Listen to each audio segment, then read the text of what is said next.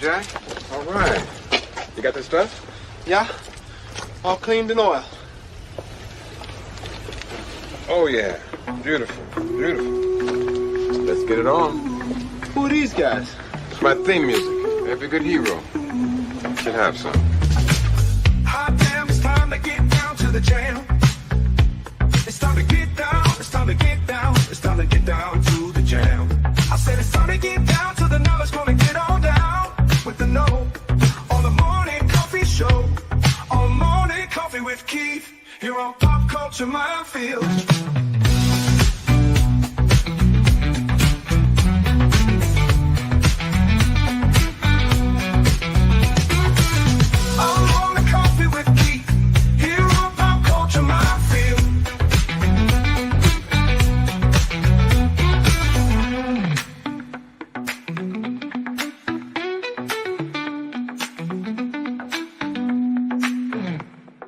Excuse me, can I get a cup of coffee? Black? Can't you see we talking? White? Right on, right on. Greg Robinson. Good morning, everybody. Good morning, Keith. Good morning, Andy. Good morning, gentlemen. Well, it's been a interesting week since we last talked. Hey, all you PS5 owners, how you feeling this morning? You all right?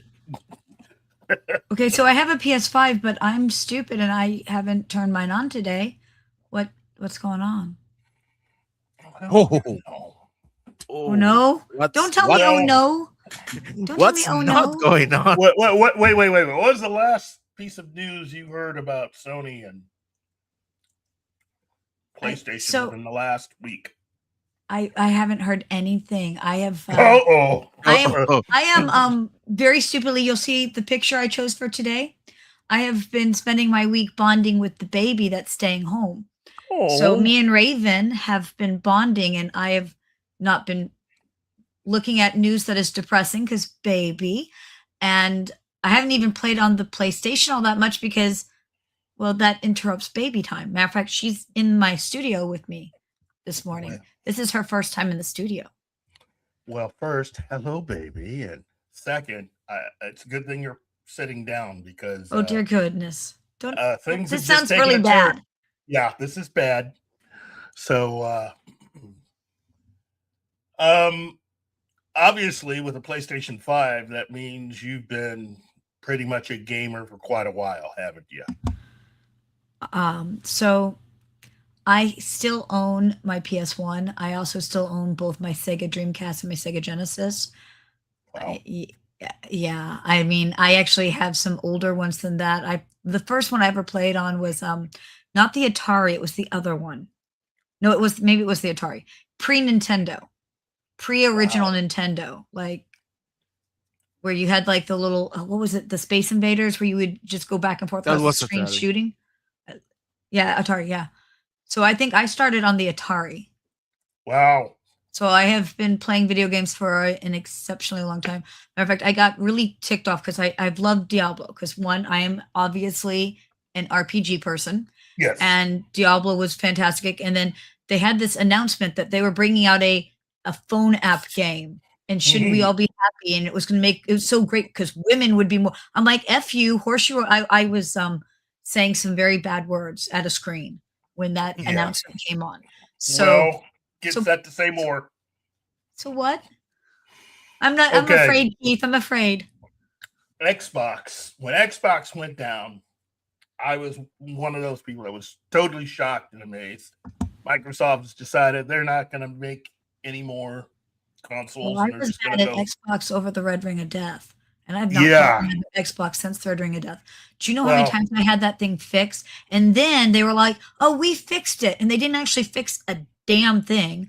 They took the red ring off so you didn't see the Red Ring of Death anymore. I mean, that's fixing it, you something. Again, there were curse words used, Keith. So many curse words. Well, again, get set to say more. Because while PlayStation did outlast Xbox, the announcement has pretty much put them in the crosshairs of a lot of fans. angry fans. Well, It was announced that as of January 2028, hello, Gambit. Wait. PlayStation- Don't go there. Don't go there yet. Oh, Let's start with the previous good news that they gave us the week previously, and it's that more than 500 titles of digital movies that you can buy through their store, they were removed from the catalog. And they were wait. removed. If you had bought the movie, they they just took it away. Oh yeah. my gosh, this didn't stupid Apple do this to music one time and everyone lost their crud, and yet they still buy it that way instead of buying, I don't know, a CD or a record. yeah. See, I still actually buy discs. Yep. I'm very old. I have boxes of discs, and I haven't bought as many lately because I'll just stream it when it's free. But if I really like it, I go out and I buy the discs because I'm afraid of that. So they took away a bunch of movies that people paid for. And let me guess. Yep. Let me guess. My psychic abilities are kicking in. Yeah. They didn't give anybody their money back. Of course not. Talking Are you kidding? How can they get away with that? Well, I wait a gave minute, you wait a money. minute. You told me. I hate this. Save that question.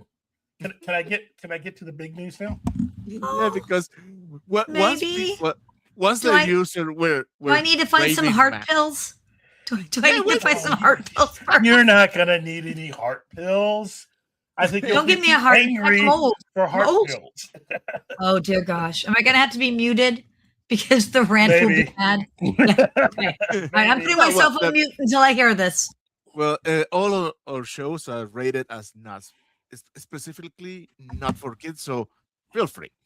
Okay. All right. I'm sitting. I'm ready. What do I Okay, not want to hear? So, PlayStation user had been boiling in their rage about the 500 movies taken away for a week, and then Keith, continue.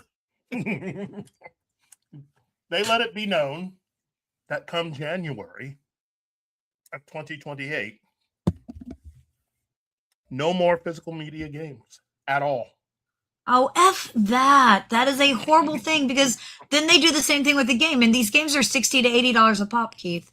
You I realize know. that. Like I pay $60 to $80 and I download it and then they can just wipe it the F away. Like, okay, they had this thing a long time ago, and I think they still kind of do, but it was you could occasionally get free games if you were a member, so you paid the monthly subscription bullshit, right?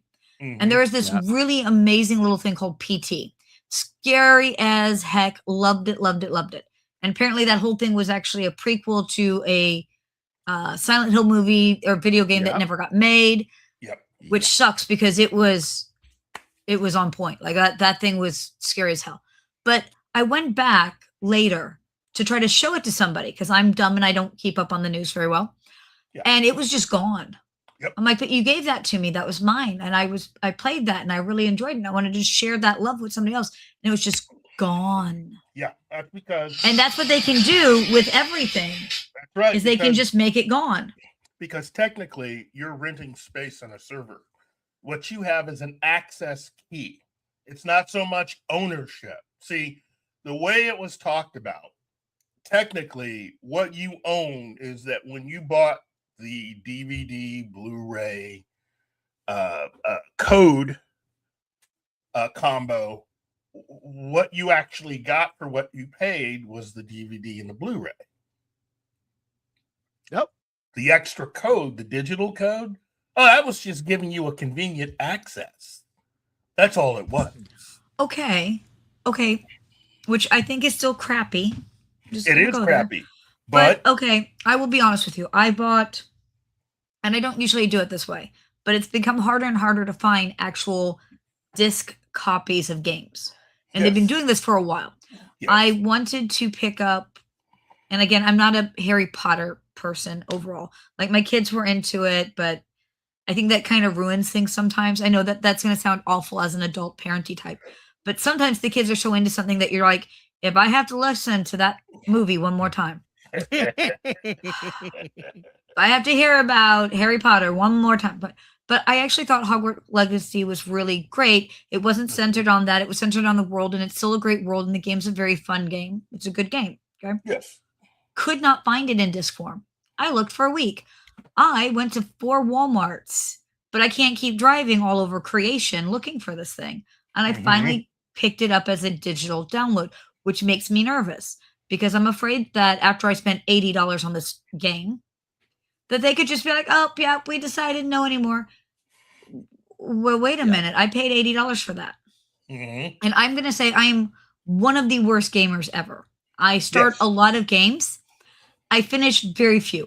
I am absolutely ADHD love of the side quest. So I never finish these things. Yes, the uploads are, thank you, Andy Morrow. The uploads are a pain in the tush, especially since I live in the middle of nowhere. Like, it can be like, I guess I'll start that tonight and maybe it'll be done tomorrow sometimes. Like, it's a whole thing. And it's very frustrating. But my fear is that they're going to do exactly the same type of thing with the games.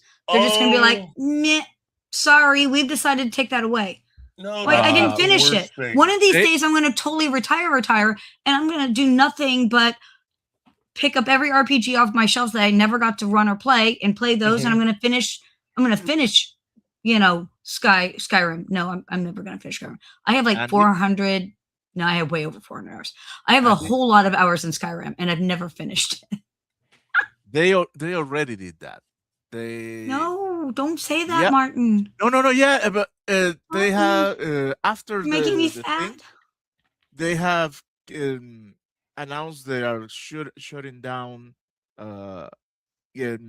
stores for, I think it's Play 3 or Play 4. So whatever games that you bought for that platform, if they are not downloaded on your console, you're not gonna. I'm screwed. Yeah. Shoot, you realize I have most of those I have on disc form, because on 3 at least everything's on disc form. 4 started to get harder. 5 has been a pain in the something to find disc form, unless it's a sports ball game. Like, for some reason, if you want whatever soccer, you can get that at a disc form anywhere. But if you wanted a cool game, it was hard to find those in disc. Yes. Sorry for people who like sports ball games. I apologize. Those can be very fun for you. I'm just not into them.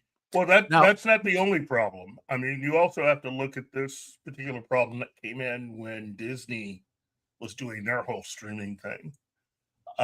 You do realize that in having the films be retained technically as information, digital information, that all that stuff can also be altered. So they can just change the movie? They can change film. Disney already did it. They experimented with the movie Splash. Oh, there were people, there were people that complained because there's a certain scene in that movie that allows you to see Daryl Hannah's very bare derriere. And Disney altered the scene by digitally lengthening her hair so that it would cover her backside. Really? They can make all kinds of changes digitally.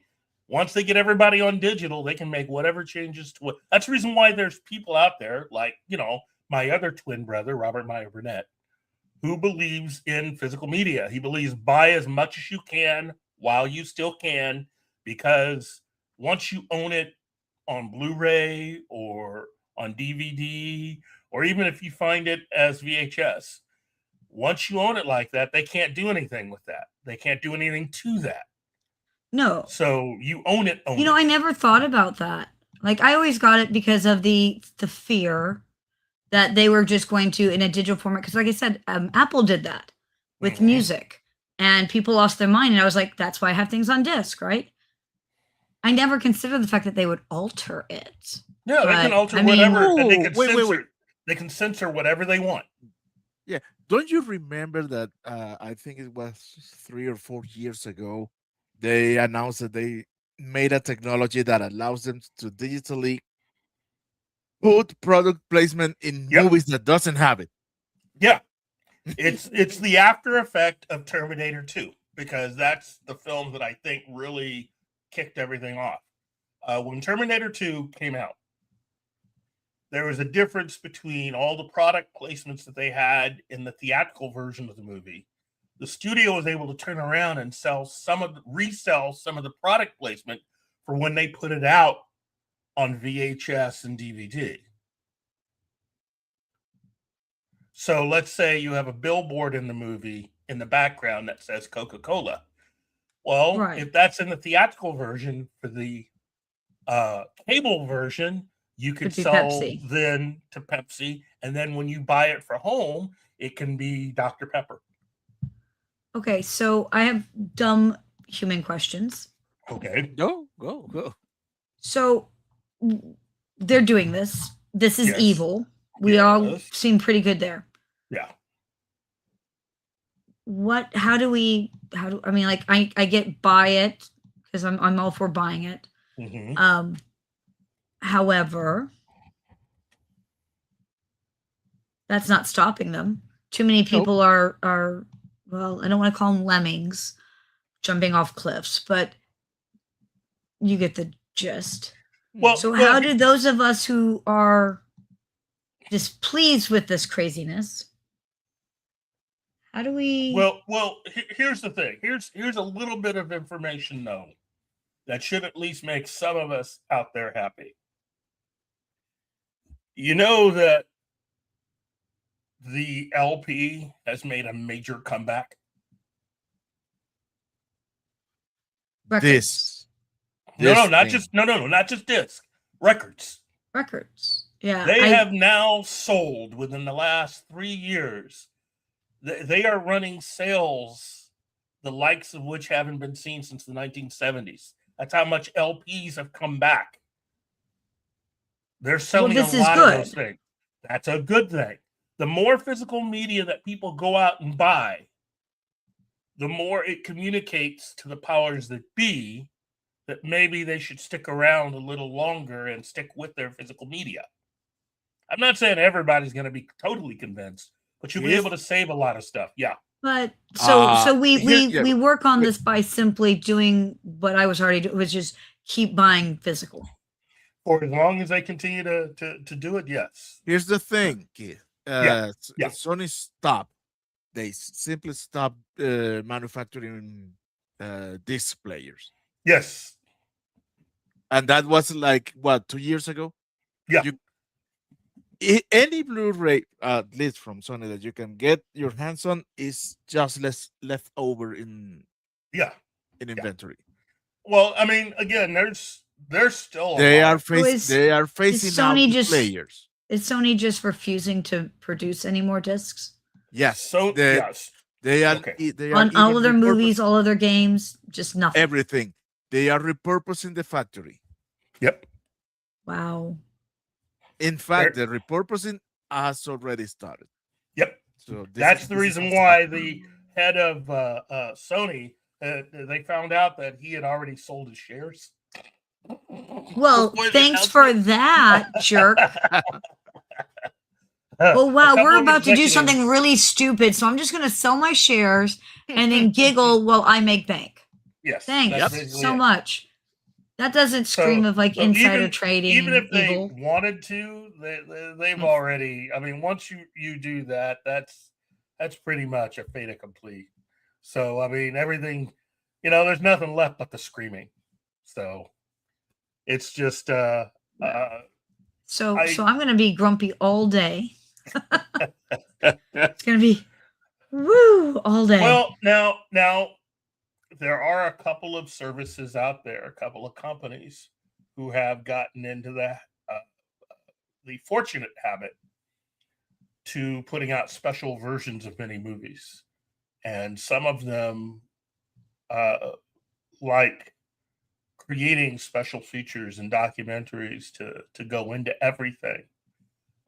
It's not just the Criterion, which is a really good example of how to make movies look their best. But there are other goods and services out there that do the same thing. As I've been saying for a long time, anytime's a good time to get back into physical media. And my sincere hope is that eventually we can at least get it back to the point where they can start digging up some films that probably even have never even made it onto Blu-ray.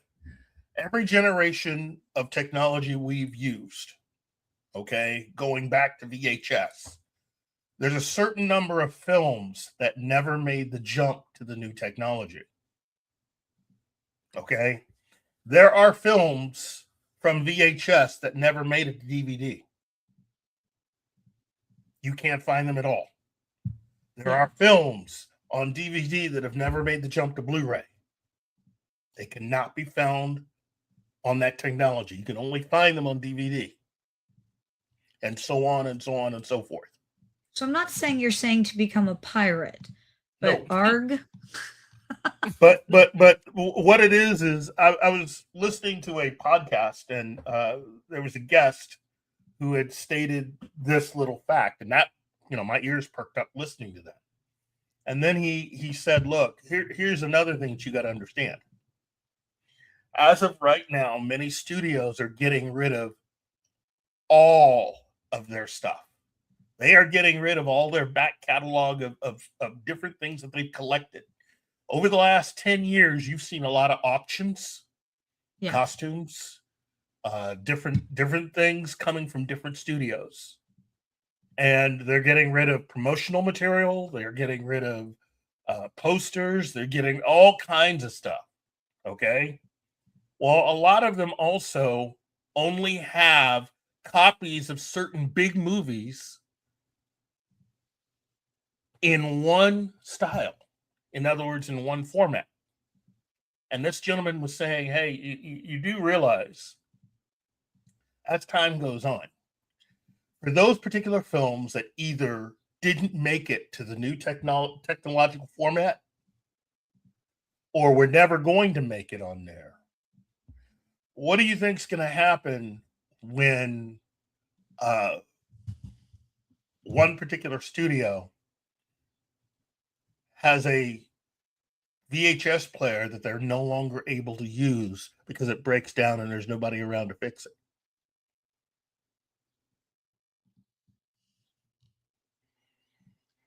And the same thing goes for the next up above that.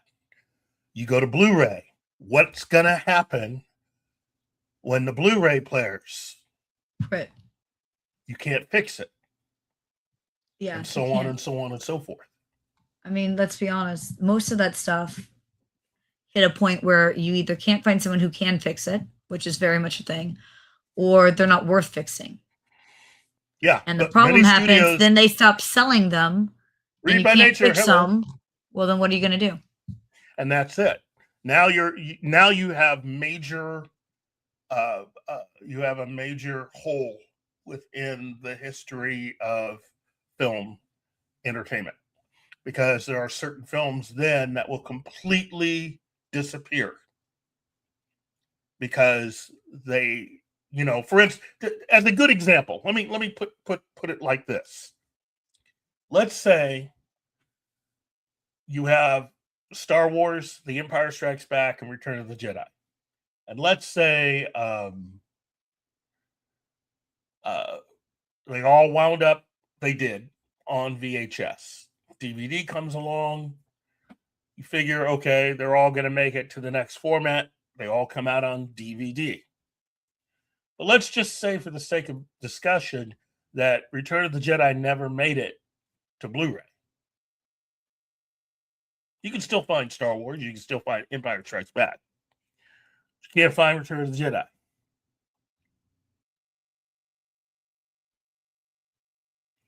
Let's say for the next step up, even above that, they decide not to have The Empire Strikes Back. I mean, eventually at this rate, you're going to lose all of it and you won't have any access to it. Then you've got a lot of people that are being born that have no idea what these movies are, or luckily grandma and grandpa happen to have an old player that they can at least show you some of this stuff on. But for the most part, we're going to basically wipe out large numbers of films. Eventually, a lot of films are just going to disappear. And we should have seen the writing on the wall with this a long time ago. Yeah. If you Well- look at it, I mean, I think you want the PS5 that you can actually put a disc in. That's 100 more. Do you want like they've been forcing you to pay extra to try to talk you out of buying physical? They've been trying to force us into it. Well, there's also another side to all this. Okay. That's a thing, but understand, real popcorn geek, that a lot of times it's not that they don't have that title. That's a trick and a lie. They have that title, just not in your region.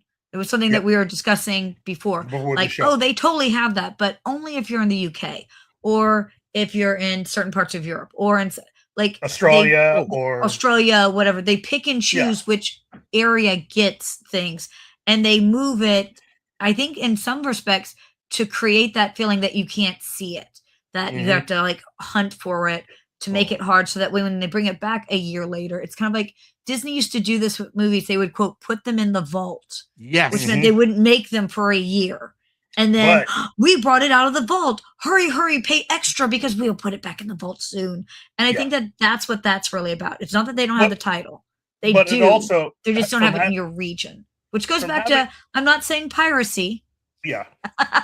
But did you know that not only does my Surfshark apparently protect me from someone hunting down where I live, but I've been told, not that I know this for sure, for a fact, that you can pretend to be in other regions where things are at. I'm not saying that that's something you should do. Yes. I'm just told that that's I've heard rumors that that's a thing. Well, and there are now trying to pass legislation to ban those kind of services. But they always, oh my gosh, this ticks me off. See if you guys, okay. But it's for the children. Yeah. It's for the children. Don't you want to protect the children?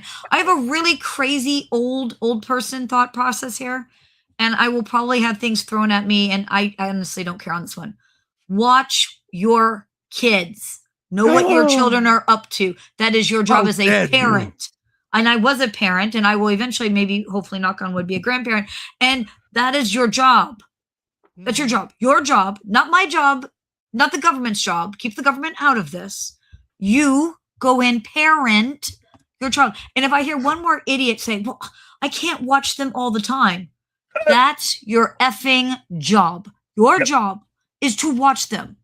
That's what you do. You watch them. And if you can't watch them at the time, you hire someone to watch them. Like, this is how this works. There are tools to block things. There are totally tools that block things but again, children will find ways around that, but you know that, like, okay, and I'm very, very old, much older than Martin, right? My children did not have cell phones until they were like 16. My children did not get a computer in their room. That was always kept in the main area where I could walk by the room and see what they were up to. Yep. Like, it's crazy, but I monitored. They didn't even have TVs in the room. There was no electronics in the bedroom. They got books and toys. That's what you had in bedrooms. And it's old school, and I realize that. But I don't think that the TV should be putting your kid to bed. I know I'm a terrible parent. You're absolutely right. But there are tools out there, and if you are being a responsible parent, you don't need the government stepping in. And again, this is, what do they call that? Where they're virtue signaling, whatever. It's for the kids. It's for the kids. No, it's not. It is not for the kids. Stop saying that. Yeah, UK bans everything. UK is kind of like, I have friends who have heard horrible things about the US, and they're scared to come to the US because we're horrible. And then I look at them and I'm like, have you looked at what your stuff is happening? Yeah. Like, you get arrested for a freaking tweet. You get arrested for a tweet that you made 20 years ago. I would tell those people. I would tell those people, haven't they been checking out the TikTok and all the other stuff that's been coming out over the last 4 to 5 weeks from the United States because of World Cup? Come on, Europeans are starting to get hip to the fact that America's cool. Okay, this is about, and I think it's something that you've talked about a little bit, and it's about narratives. Yeah, they're sold a narrative. Yep. And if they actually sit down and talk to US citizens who don't necessarily only watch one thing. And I'm not saying, I'm saying on either way. Like if you meet, most of us were in the middle, and you realize that most of us are in the middle, and it's not this one crazy versus other crazy. But the problem is that a lot of people overseas are being fed a narrative. And that's what happened with this World Cup thing. They're like, wait, what do you mean it's not exactly what we thought it was going to be? Oh, because you were sold a narrative and not a reality. The reality is always much different than the narrative, I think. Yeah. They keep selling extremes on one side or the other, and the vast majority of Americans are in the middle, just trying to get through the day, keep a roof Pay their over our bills. heads, Yep. pay the bills, monitor your children, crazy stuff like that. That's what we're busy doing. That's what So- my parents did. And look how oh, wait a minute. But Oh, Keith is an amazingly sweet human. His parents did a great job. So is his brother. So I you know what? I look at it this way. It really is about spending time with your children. If you're going to have kids, you'll want to spend time with them. And as a father, I think the only thing I truly regret is that there are a list of things I never got a chance to do with my kids that I still wanted to do. And guess what? I now am going to have a chance to do that because I got grandkids. well, and you take your kids with the grandkids. So Yeah. Yeah. But I mean there are certain realities about raising kids that when you don't have enough money to take you them never do. this place and that place, so you gotta do what you can. But Breed by Nature, yes. I had heard that they had banned nunchucks, and I thought that was hilarious. Yeah, it's kind of like you have to like register your kitchen knives. Yeah. So now they're sharpening spoons. Like, Yep. There are bad people in every country, and bad people will find a way to do bad things. It turns out that if you outlaw things, they don't care because they were bad people. It's an thing that has been proven time and time again. Yep. It turns out, yes, you can totally attempt to make nunchucks out of shoelaces, nails, and table legs. I don't know that they'd be the best balanced nunchucks, but you can make it go. You can make a go of it. As a survivor of the 1970s, that's exactly what we did. So Yeah, and we didn't even ban them. Our parents just wouldn't buy them for us. That was everything became nunchucks. yeah. So I did do my homework, and I did my homework. I watched that short film that you sent me. And I didn't realize, I wasn't paying enough attention at the very beginning that it was a short film. At first I was like, is this like this would be a cool TV show. Are they making this into a TV show? And then I was really sad that it's just a short film. Right? I was really sad because I'm like, no. I need the rest of this. You want to see where is the rest of this? Why are we not doing this? Yes. This would be amazing. I totally would watch this. Just for anyone watching, I think it was called Dust. Well, no, that's the name of the network. That's the name of the channel. That's the name of the network. Yeah. What it is, it's called Laboratory Conditions. I've talked about this on the show before. And it's got a nice cast. Marissa Tomei is in it. And Minnie Driver. I like her. Of course. It is a nice short film. It's an amazing short film.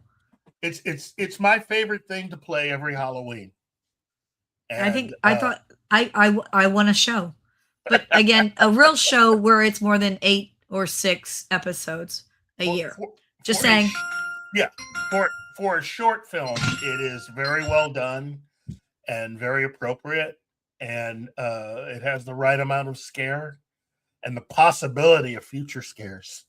But well, and then there's the chick who's singing, and you're just like, well, that's weird. She's weird. And then I swear to freak, she was on the inside. And you're just like, oh, yeah. Oh dear. And I'm like, I need the rest of this. They need to Why is that not being made into a show, Keith? That would be I phenomenal. wish I could answer that. I wish I could answer. But there's the Dust Channel is a great example. I keep referring to those guys because they're a great example of what, people can create without being given a lot of money. People are still creative. People can still do things. But we're being led down the garden path to think that no, there's no original ideas. There's no this, no that. That's corporate BS. There's ideas out there. This idea that no one's having a cool new idea is obviously BS, because we talked about this last time. I told you I got into watching a lot of like analog horror, and how some of those have been moving into the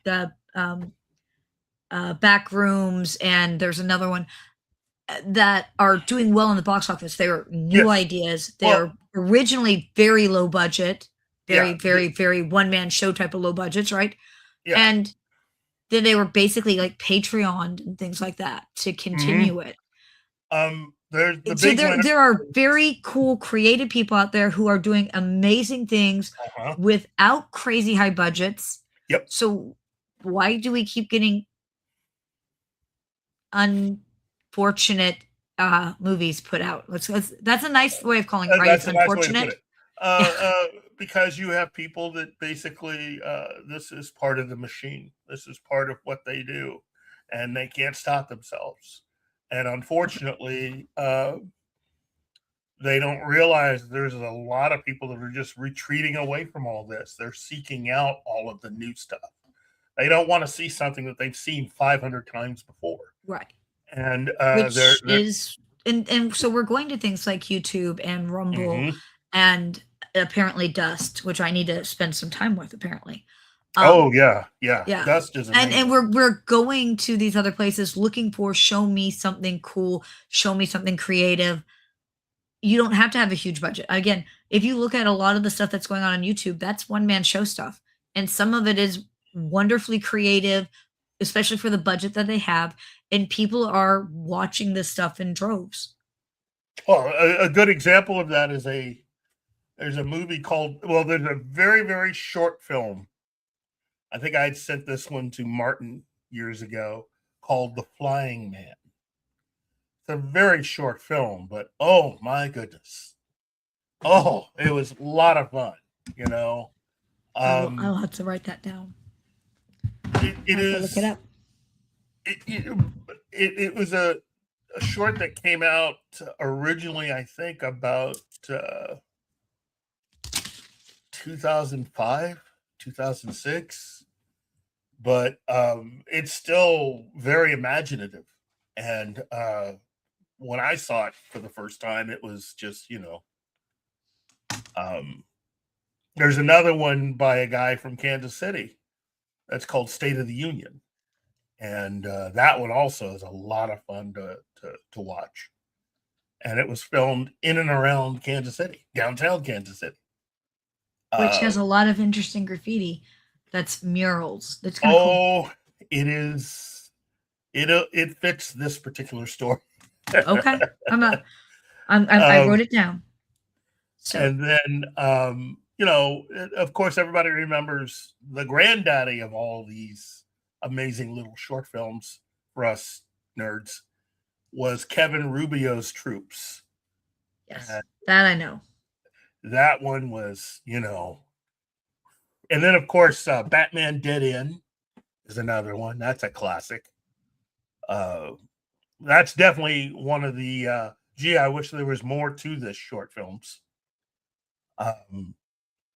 But now it looks like we're on the verge of having some of this stuff pop up and pop off again.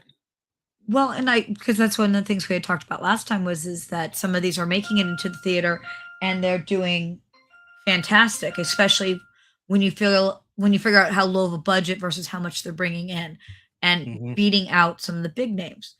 I did have a question about a big name. Do you want a question about a big name? Sure. Yeah. Okay. So that, and we can blame my autism. I don't care, but I'm a huge dinosaur fan. Yes. Huge dinosaur fan. So I love the Jurassic Park books and the movies, and I even like Jurassic World more than I think some people did. I've watched, of course, Camp Cretaceous, and I've watched Chaos Theory, and I've been watching that. Like I've said for ages now that they are going outside of dinosaurs. They have been pushing outside of dinosaurs in little bits and pieces for a while. And if you look at Camp Cretaceous, they had the saber-toothed cat, and they all of the stuff. Hi, PJO. No, It's 1962. Penny. Hi. Her name is Penny. Hello, Hi, Penny. Penny. So, love. I was not super happy with the latest one. Oh, really? Possibly for reasons that most people may not. So they start out the newest one with most of the dinosaurs are dead and people got over it. What the do you mean people got over dinosaurs? That would never happen. The world isn't just going, wow. I mean, now we saw one, so I guess I'm done with that. That's Wait. ridiculous. Are you telling me that Ridiculous.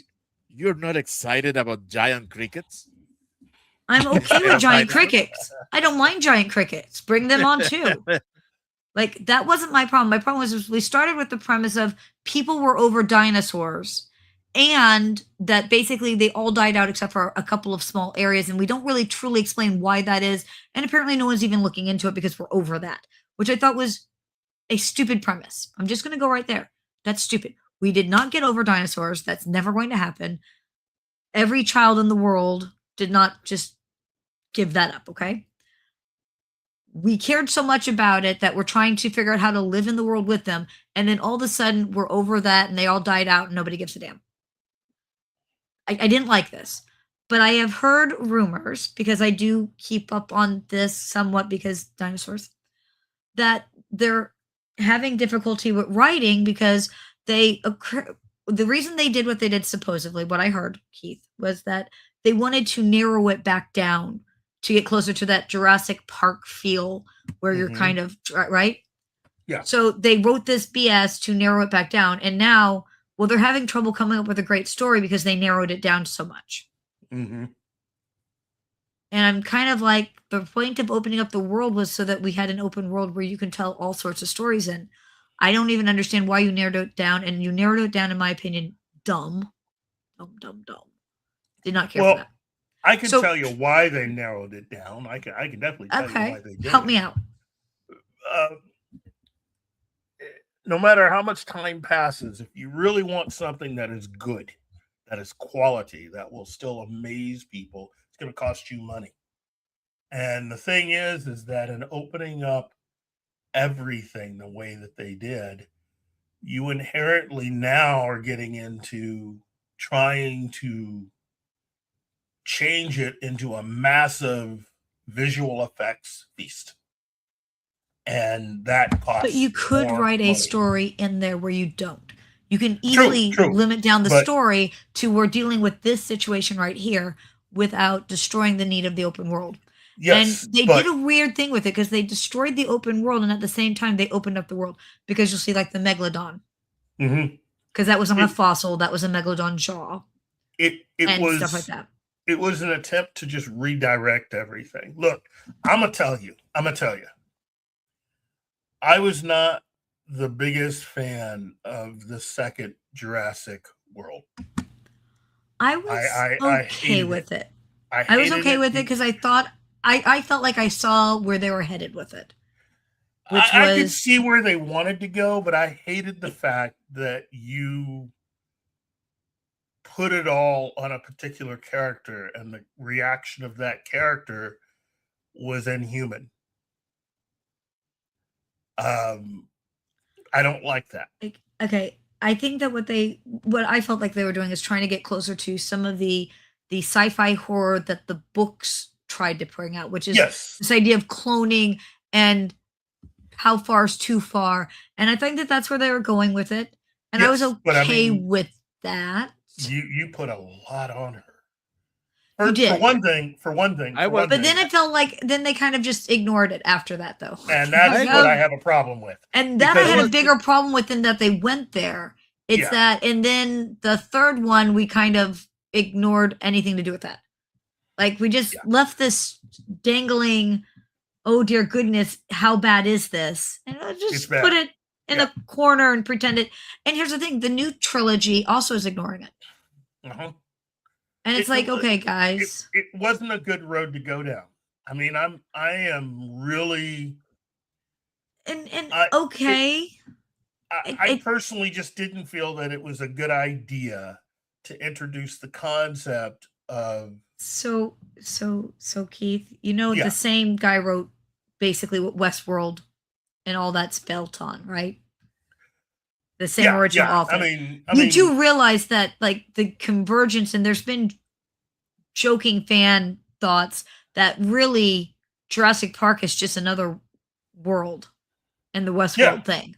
yeah, Like, yeah. and so then we're going into the cloning. Now, are we really cloning? Or are we doing robots? Like, what? Wait, hold on.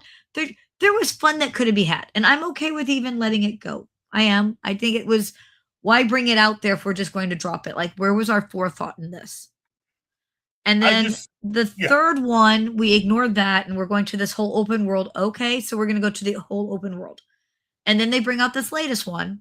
And again, I feel like the forethought's not there. And they're, well, we were making a movie. Well, yeah, but these are always done in trilogies, so don't pretend like they're not. Where were you planning on going? I don't feel I like they think, had a plan. I think they did have a plan, but it wasn't the best plan. I think All they right, were you tell wanting me to what the move plan off. was. I think they were moving off into the whole corporate war thing. That really is the next big thing. You're replacing countries with corporations now. So instead of having something as easily definable as, you know, you have the United States, you have the UK, you have Mexico, you have Australia. Instead of, you know, that, you would have individual corporations that act like countries. And the shenanigans that you can get into doing that will take I you mean, into different areas, and that crosses a lot of lines there. Because I'm gonna go back to my RPG roots. You realize okay, that that's Shadowrun. yes, I mean, that's yes, Shadowrun. It's corp versus corp. yeah, The lines of countries no longer exist really or matter. It's corp versus corp, and yeah, I'm even okay with that because they've been Monta whatever versus InGen has always been a big thing, even hinted at in the books and things like that. And yes, I'm okay with that, but I don't know. I really like. I loved the special effects. I love seeing the Spinosauruses. I love. I liked all of that. Like hmm, dinosaurs, I will watch it, right? yeah, But I really felt like the story just wasn't great, and I felt like they're hand waving away of the world setup so far wasn't even necessary. You could have done the exact same thing and just said the three we need to get samples from all happen to be in one place right there. So we're yeah, going there. yeah. You could have done that without all of this BS of destroying the world that they just set up. Hmm. I just don't And think then they it. wouldn't have as because you could still do all of that and not have trashed the world. And I felt like it was just trashed in a bad way. Well, People are over dinosaurs.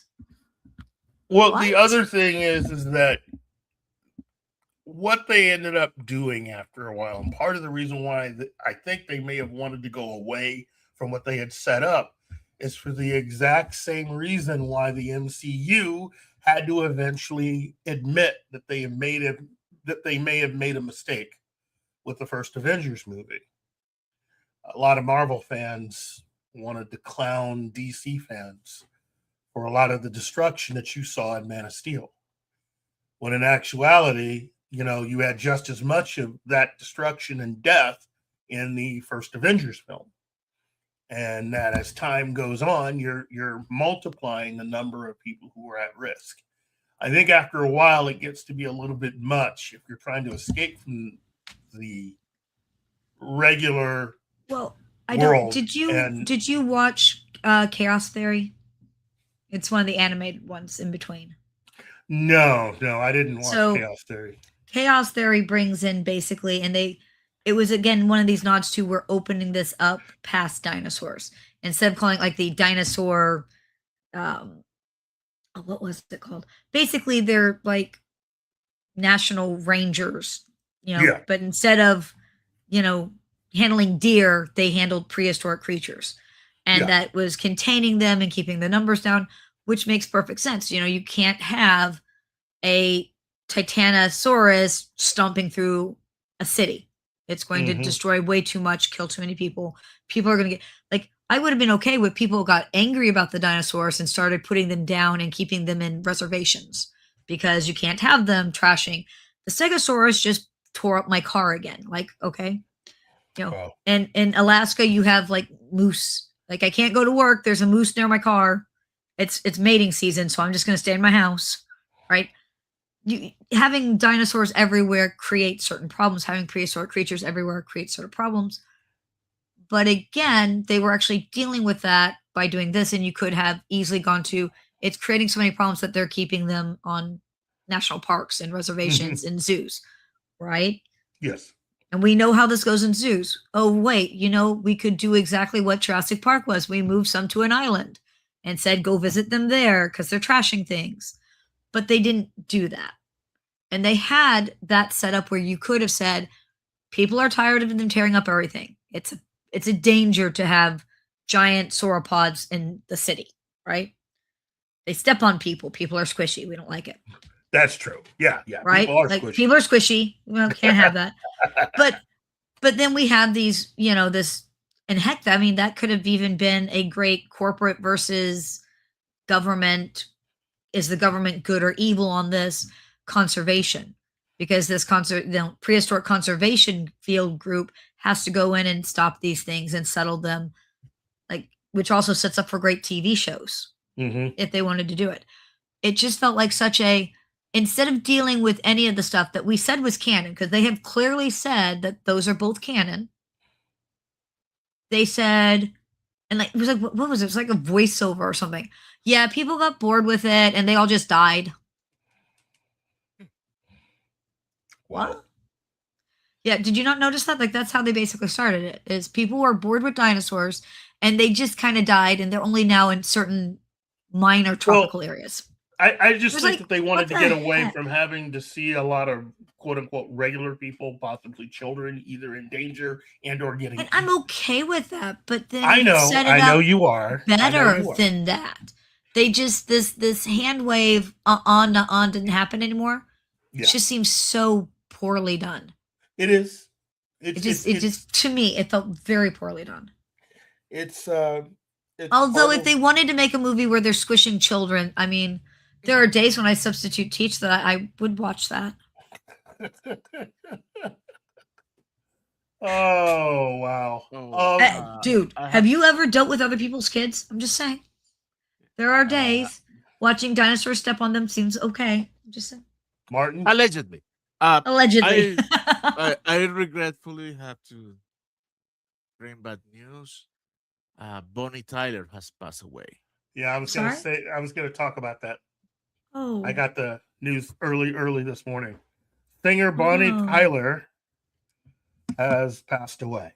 That's sad. That is, she was sick for a while, and I think they quoted her age at 73? 75? Okay. Okay. That's still sad. Gonna miss her. Great voice. But that ruins the fact I wanted to talk about comics with you. Now I'm sad. You can still talk comics. Look, comics. I was gonna talk about this whole and I'm of course very old, so webtoons, and I guess maybe DC moving their comics there. Oh, it's Marvel moving the comics there. Yeah. And I was gonna I didn't even know about webtoons because I'm old.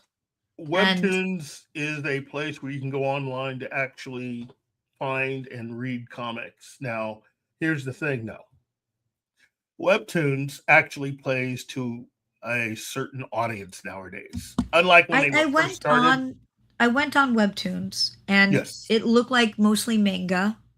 Yes. Manga style. And it looked, at least from what I saw on their front page, it seems to romance and alternative lifestyle-y things. Yep. Which I'm not opposed to, but I'm not sure how DC matches with that. And I was Marvel. sorry, that you made me sad. Now I can't think. I don't know how Marvel matches with that, and I was a little curious. Like, so I do remember Marvel had an online subscription where you could read, like, supposed to be able to read all of the comics from the beginning, and I had that, and I liked it. And then all of a sudden, it was only certain comics, and then it just kind of died. Yeah. And again, like, I know it's not the same as owning physical comics, with which you've been to my house. I own physical comics. Oh, yeah. Many, many, many. But it was a good way for me to play at some other lines that I didn't necessarily collect. And I liked that. So the idea of it being someplace where I can check out a comic before I pay for the comic, I'm good with. But is this a good match? I don't know. Well, again, this was gonna happen one way or another. Getting out of the publishing of comics was always something that I have been hearing. Like, they're not gonna do paper comics at all? Well, I just thought it was gonna be like you can read, you can still buy it, but you could read it there. No, that's where we're headed. No, Keith, this is all bad news today. Disney is a major corporation, and let's just say somebody that I know that was working for Marvel, who was with them when they actually got bought by Disney, survived the massive purge because they fired a whole bunch of people who worked for Marvel at that point. But the understanding is that there was somebody at a meeting, one of the executives was completely surprised that they were still printing comics. So really, we have been on borrowed time because it's all about digital. Getting rid of everything physical. Yes, they want to be able to try to get us all to go digital. They want us to get our information, our mail. The problem with digital goes back to they'll start out saying you're going to get all of the comics. Yes. And then they take that away. Yes. And then apparently, obviously, PlayStation, Apple, we've decided not to carry any of these, or to put them in a vault and make you pay extra to get them back out, or whatever it is. Mm-hmm. And it doesn't matter if you already paid for it once. We took it away, and then you have to pay for it again. And we have no control over that because it's digital, and they have control over the whole thing. Yeah. I mean, I don't like I said, I'm not even sure that Marvel comics go well with what Webtoons already has. So are they just doing it because that's a known service and they don't have to create a service? They're doing it because they're getting their heads handed to them by DC Comics. And they don't like it, and well, okay, so and I'm going to be honest, a lot of the characters I like are Marvel. Have always been. Yeah. No. There's nothing wrong with that at all. That's not saying that I don't love Batman, because I have always been a Batman fan. But everybody has. Why is DC trumping Marvel so badly? Because Marvel has really become a shadow of itself since it's been purchased by Disney. And DC also has become a shadow of itself. Overall, comic book sales are down from what they were 20 years ago. Well, there are books. Don't throw things at me, but a lot of the stories lately have been sucky. Yeah, it's because you don't run comics and companies the way that they used to. It used to be that in order to break into the comics as a profession, you weren't given you didn't get a job working for Marvel and asked to write and work on the top selling book. Yet you have a lot of people that are joining and becoming a part of these companies that are demanding and getting on some of the biggest selling books out there. So nobody's spending time honing their craft. Nobody's learning how things actually work. Nobody's spending time and developing characters and creating a relationship with whatever artists that you have assigned to work with you. Nobody's doing all of that. You're getting a bunch of very entitled people that are getting jobs. More than half these people have no real idea of the history of the company that they work for. They have no real concept of all the characters that are there. They only know about the stuff that, if you're lucky, they only know about the stuff they actually saw in an MCU movie. So this is what happens when you've decided that you're going to get younger real fast and that you just want to tell stories for this mythical modern day audience who doesn't show up to read your books anymore because they've been reading manga since they started reading and have long ago But sidestepped your books. And manga has traditional manga has the same kind of character creation and things like that. The modern stuff doesn't even seem to have any of that, because I don't even think that they're reading manga. Like, it feels a lot like they're just watching anime. It's like they don't read the comics, they just watch the movies. I'm going to be a gatekeeper here. I once had on a Wolverine hoodie, right? And some guy started talking to me, and I totally missed the fact that he might have actually been hitting on me. I was just, we're talking comic books, right? Except for I realized he wasn't talking comic books. He only knew the movies. He'd never read a comic. And for me, it was a complete, no, this is done. This is not, I don't have conversations with people who haven't read a comic, right? Which is gatekeeping. I'm aware. Don't care. I'm going to be that way. I'm going to be a bad human.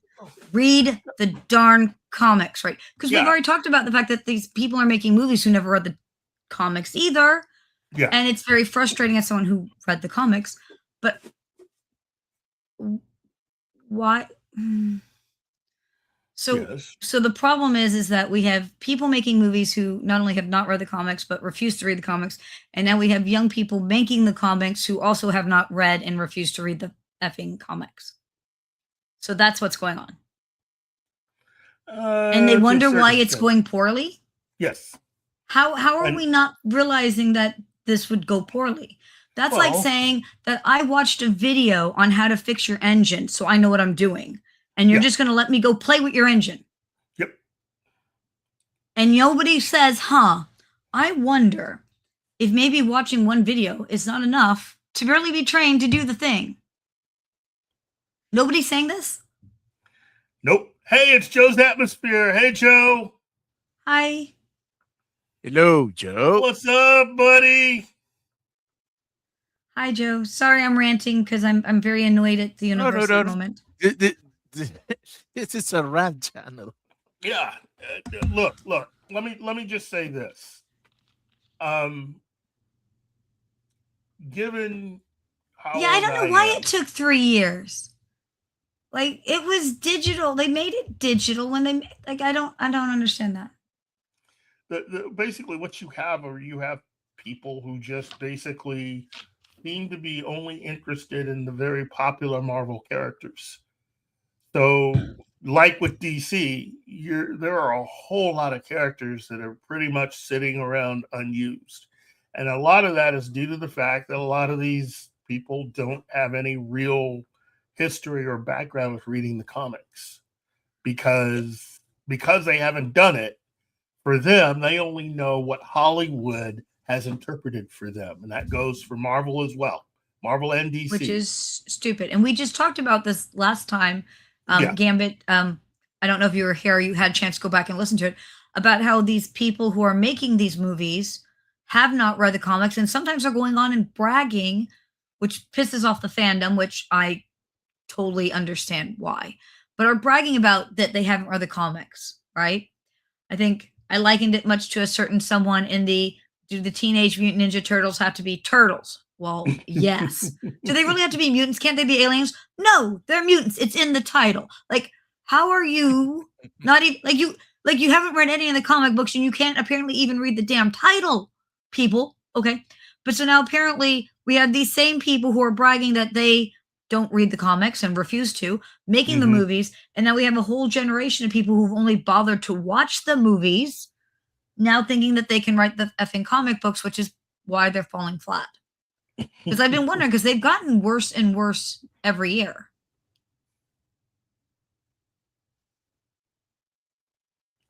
Well, I have not seen the movie yet. I'm kind of terrified because I like Lobo. I'm not a big Supergirl fan. I've never, I'm not nothing against her, but I'm not a big Supergirl fan. But who doesn't like Lobo? Lobo is chaotic fun, and occasionally slightly evil chaotic fun, but only slightly, sort of, on occasion. I think this movie I think they would have been better off making a Lobo film and just having Supergirl cameo in it because. Or I don't know, following a comic properly. Like the story was written for them. That's one of the things that drives me crazy because they won't read the darn comics, but the stories are written for you. They gave you like your storyboards and everything. Here's your lines. Like this shouldn't be hard, but they can't manage that. Yeah, that's almost too much for them. But a Lobo movie would have been great. But here's the problem: if this tanks, like apparently it is tanking, we're not going to get a Lobo movie. Because they're going to be like, well, those characters don't work, and they'll just try something else that they didn't read the comics for either. So they're going to ruin Lobo before Lobo got off the ground. Yep. And what they're going to point to is they're going to point to someone Martin, you're right. This is all about ranting because all we talk about are the evil things. The evil well, I am a little more extreme. Go for it. I started to see the glass half full when they rectified and put Momoa as Lobo. But in fact, Lobo was dead the moment they said Momoa was Aquaman. They tried to correct the ship and they screwed the pooch. Okay, I think that Momoa would have been a good Aquaman if they had written Aquaman worth a damn. No, I don't get him over there going woohoo like he's a cowboy on the just what the they was really bad. Andy, you look at Jason Momoa just dressing as Jason Momoa in his day-to-day life, and you say, "The fuck, that is Lobo." How in the hell do you got that actor and put him playing Aquaman instead of Lobo? They've done it before where they've had the same actor play different roles. I'll be honest with you. I think Jason Momoa would have made a good Aquaman if Aquaman had been written well.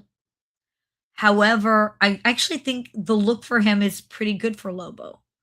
Probably a better match.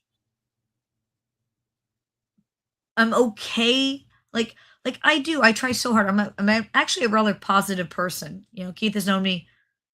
Oh, did you watch the movie, Joe? Oh yeah, he has to suffer through it. Oh, I'm so sorry, Joe. But I try very hard to go into this stuff as open-minded and positive as I can. So I'm willing to sit there and go, well, Jason Momoa is a decent actor, and they wrote Aquaman horribly, which wasn't fair. Like, I'm walking into this willing to give Lobo a chance, but everything I hear about this movie just makes me go, oh gosh, no. I'm just gonna walk out angry. So I don't know that I want to see it. And that's so sad to me. It is so sad that I'm looking at a comic book movie with a character that I do care, like that I do love. I love Lobo. Going, gee, do I really want to see that? Do I want to sit through that just so that I'll be angry at the fact that they did such a bad job? And that's sad. I find that very sad that I'm looking at some of these movies going, wow, I think, it'll be streaming in a few months. I guess I could just wait. Maybe at 3 a.m. if I'm not able to sleep, I can put that on. That's sad. That is. What are we doing to our movies that I'm not excited? Look, Keith has known me for over 3 decades. Okay? Think about this because you know me a long time. Yes. How disgustingly sad is it that I'm not excited to see a comic book movie? It does not speak very well for the people that made industry. It. Yeah. I should be super excited. I should be excited and be bugging my friends. When are we seeing it? Hell, screw it. I'll see it without you, and then I'll see it with you. Because I remember the day, back in the day, when that was the excitement level. I'm one of the people who, and I'm still very angry about this. George Lucas owes me a lot of time and my freaking money back for that episode 1 crud he threw on a screen. Owes me, because remember, back then you couldn't just like go on your phone and get your seat. Like if you wanted a decent seat, and for that movie, because everybody wanted to see it, I waited in a line, I don't remember, like 8, 16 hours, some ridiculous amount of hours.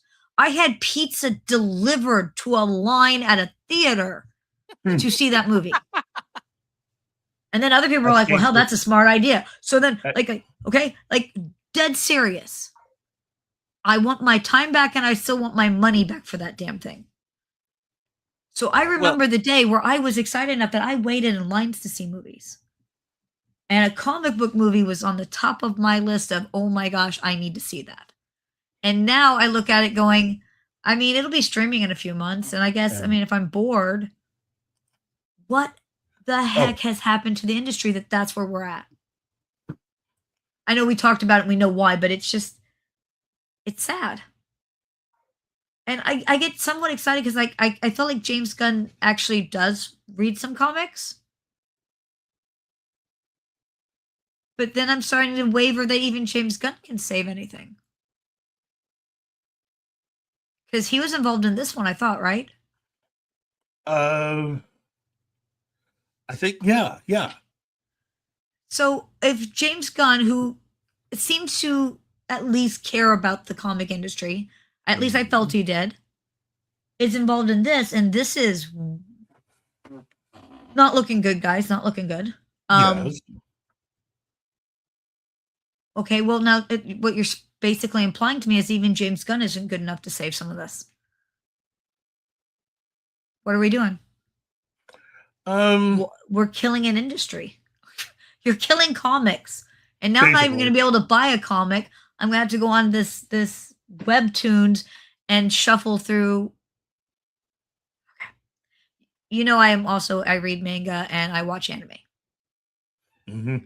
And I remember all the old stuff in like the 90s and the early 2000s where like we had to wait for a slow boat from overseas to show up to get a VHS tape that had 3 episodes on it that you paid. Like there was an old joke. I don't know if you would have this where you're from, Martin, but there was a joke that, you know, drugs were cheaper than anime.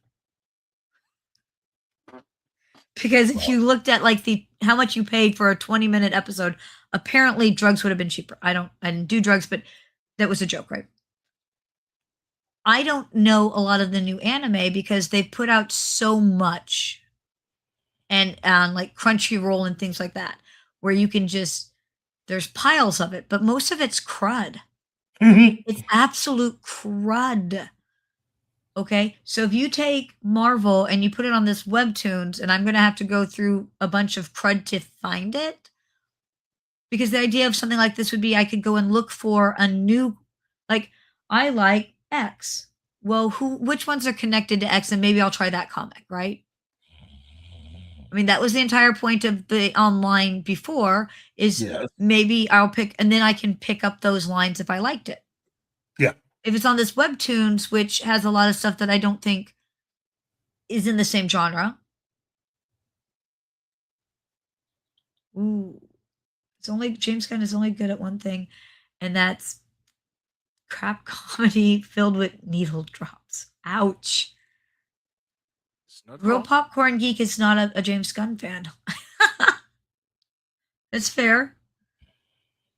But if we put the Marvel there, if I have to wade through a bunch of stuff that's not what I'm looking for, how soon is it before I don't bother looking there at all? And then the comics are just dead. Hi, Power Ranger Donnie. Good. I think he just fell asleep. I bored Keith to death, guys. I'm so sorry. No, not to death, but in the meantime, we have activated there.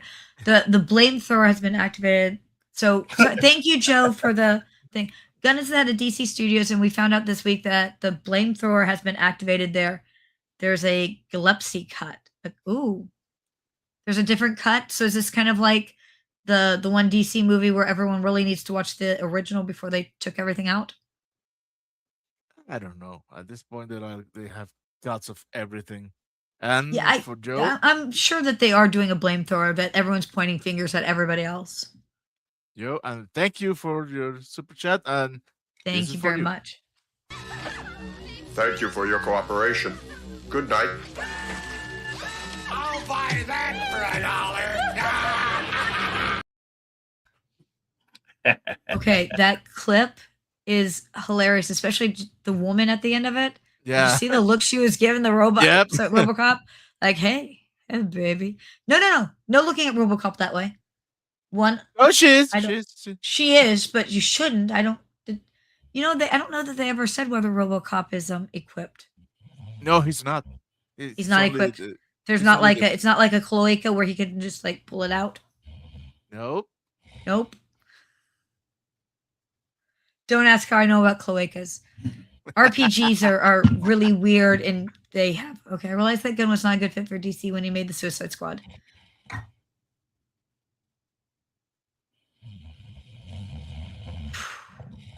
Hey, kid. I did not hate. I'm going to be honest. I did not hate Suicide Squad.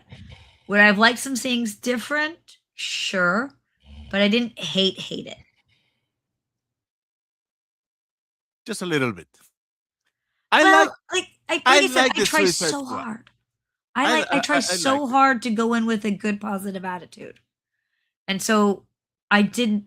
Yeah, you didn't hate it either. I don't think it will redeem it. The fact that the studio gun cut 25 minutes from the movie 3 weeks. Ooh, they cut 25 minutes 3 weeks before the release. Yep. Oh shoot, that is not a good. Thanks for that information, Joe. I didn't know that, but that's not good at all. Did you know that? Apparently, you did. No, I knew it. Or Oh. I don't know how to say. it. Okay, Well, so what we need Joe, is Joe Gunn. told me like 1 or 2 weeks ago. But Okay, so Gunn and Snyder need to just pair up and find the middle ground. I can see where Snyder's being too serious and Gunn is a little too comedic. I can see that, but why can't we put them together? oh, we will end up with the worst of each one. Really? Yeah. Yeah, I'm sure. I was gonna let him like we could have him arm wrestle for scenes, or play rock paper scissors to see who wins each scene. No, I know that wouldn't work. Hi, baby. Hi, baby. All right, Martin. What Wait. movie are you looking forward to? I mean, it's the middle of summer. Have you seen something that was really good, or is there one that you're looking forward to? Oh, we're I mean, summer I'm should be gonna- the heyday of the big blockbusters. What do you want to see? What did you see that you liked? okay. This is gonna be controversial. I know people are on arms on it, but I have my summer covered. Have been watching 2 times in theater Masters of the Universe. I love the property and I love the movie with all its defects because it has it. But I love Okay. the movie. Is And it we have because I have not seen that yet. Yep. And I'm gonna be honest. I've been afraid that they're gonna they're gonna ruin it. no, they didn't. And They I didn't ruin think it. Okay. I think they try and by accident they contradict their own purpose. They Yes. accidentally made it awesome. No, accidentally made it good. That's good. Hi, Joe. I don't. Hello, Hey, Joe. what's up? What's up? What's up? Oh, What's up? you How sound like guys doing? you're trapped in a car's I'm trunk. trapped. Yeah, it's because I'm on my Bluetooth. I'm actually I'm enjoying my morning playing some DC Universe Online, and yeah, hang on, I'll fix that. I'll fix that pretty quick. Hang on. Right now, I'm trying to keep from getting killed by this scorpion-looking thing. Hang on. But yeah, Andy, it's good to meet you. I've never heard you before. Hi. Hang on, let's see. I actually Andy, am this is Joe. I'm old Joe, friends this with is Keith and new friends with Martin. We're gonna be new friends. It'll I be should awesome. sound different now. I should. Yes. You do much better. Yeah. Okay. You woke up. All right. Yeah, So they right? cut so Joe, they cut 25 minutes out. Yeah, I know you're just meeting me. I'm a YouTuber too. I have a show I do on Wednesdays. It's all pop culture, and Yeah. we've been Awesome. reporting on Supergirl for a while because I am a huge fan. If you ever watch my channel, I've got two different statues, not one, but two Supergirl statues right next to me on every broadcast. One's If the it makes you Melissa feel Benoist better, one. my office is filled with Godzillas. There you go. So Oh, you're a you friend know, with John then. You must know John too. I might. I don't Yeah. know. Doc I Wilson, actually don't he do does a lot of stuff. lot of YouTube stuff. I mostly I work for Fossa Games. So I do Gotcha. a lot of RPG stuff with my work there. Very But cool. I'm a huge dinosaur, Godzilla, that type of thing. Gotcha. I gotta tell you, this movie. Oof, wait till it comes on streaming. But if you really want to go see it, you got to judge for yourself. I went, even though I told you I'm terrified that they're gonna ruin Lobo and I'm gonna be pissed off. And I said I truly tried to walk in as positive as I can. Real popcorn, I actually did like Dawn of the Dead remake. It was not terrible. Yeah, the Dawn of the Dead. I So like if that's that. them working together, then it could work. Yeah. Did they both work on that one? Real Popcorn Geek says they did, and Huh. he's been pretty on point, so I'm going to believe him. Okay, cool. And because I thought that was a decent remake, Because I knew, and I'm not knew big on a lot of Snyder directed remakes. that, right? Yeah, I'm pretty sure Snyder directed that one. But anyway, I wanted to be as optimistic as possible going into this thing, but it's just bad, and it's obvious that they didn't know what they were doing when they wrote the script. Look, I like the casting of Millie Alcock. A lot of people don't agree with me on that, but she's a good actress, and I was hyped about that. But you can't polish a turd, and that's what the story is. It's really, really bad. You're going to be fine with the Lobo you see. The only thing is you're going to see 5 minutes of it. So, That's if you're sad. good with spending that kind of money to see 5 minutes of a good Lobo character, then hey, that's cool. But as far as Supergirl goes, it's not Supergirl. It's oh god. The best analogy I can say is those of us that love The Last of Us couldn't stand the casting of Ellie actually it's the writing of Ellie more than anything, but on Last of Us on the TV show, because she comes off as an insufferable pain in the butt, and she wasn't that in the game. You know what I'm saying? That's about the best analogy I can give for it. But yeah, I mean, I'm a big proponent. You can't comment on something unless you've seen it. So if you want to go see it, go for it. I'm just telling you, temper your expectations because I've got very low expectations about this at this point. But the reason why I told you about the gun thing being involved with it, his fingerprints are all over it. That's for sure. And well, I've liked several things that Gunn has been involved in. Yeah, but it's worrisome. Well, here's the thing, man. Ever since he's just the wrong guy to run DC. I don't know if you like the Superman movie or not, but the first time I saw it, I said, "Wow, this is the Justice Gang. This isn't a friggin' Superman movie. It's the beginnings of the Justice Gang, or whatever the hell they wanted to call Justice them. League." Yeah. I mean, well, and I'll be honest with you. I thought ahead. it was going to begin Justice League. I really did. Right. I watched it. I went to a drive-in theater. There's a drive-in theater about an hour from me. Oh, you're lucky. And it was a double. It was a double view. It was the new Jurassic World. Right. Whatever this newest one is, and Superman, and I went into it because I love dinosaurs. I'm like, Jurassic World, yay, dinosaurs, right? And Superman, and I ended up liking the Superman movie more than the Jurassic World. Now, I will tell you that part of that is an expectations game. I went in with high expectations for the Jurassic World and low expectations for Superman, and walked out happier with Superman than I was with Jurassic World. Right. But I did think it was a setup for bringing in the, Justice League and then the Legion of Doom. And I thought that that's where we were going with that. And then it was like, oh, but I guess we're not. What the are we doing? Yeah. And so I'm not sure where they're going with it. Well, it just shows that Gunn he's a one-trick pony. He doesn't do anything unless it's an ensemble piece. He can't take one character and just concentrate on that and do that. He can't do it. He's But got you to bring need it to, like, if you're going to right. build up, and that was one of the things that the MCU did well, I think, in the beginning, is they said, here is a beginning, and here's another person's beginning, and another, and then we're going to slowly take those beginnings and we're going to put them together. That's and it. they did a fantastic job building that. Like, they gave you a roadmap, people. There's the roadmap. Follow them. Like, they can't seem to do it. Yeah, it's so crazy, man. But you know, we got Superman, and I love the Superman stuff that was in it. But once again, we got 15 minutes of Superman in a Superman movie, which is not good. Right. I always tell people Superman is Guardians of the Galaxy 4 saving crypto, and Supergirl is Guardians of the Galaxy 5 saving crypto again.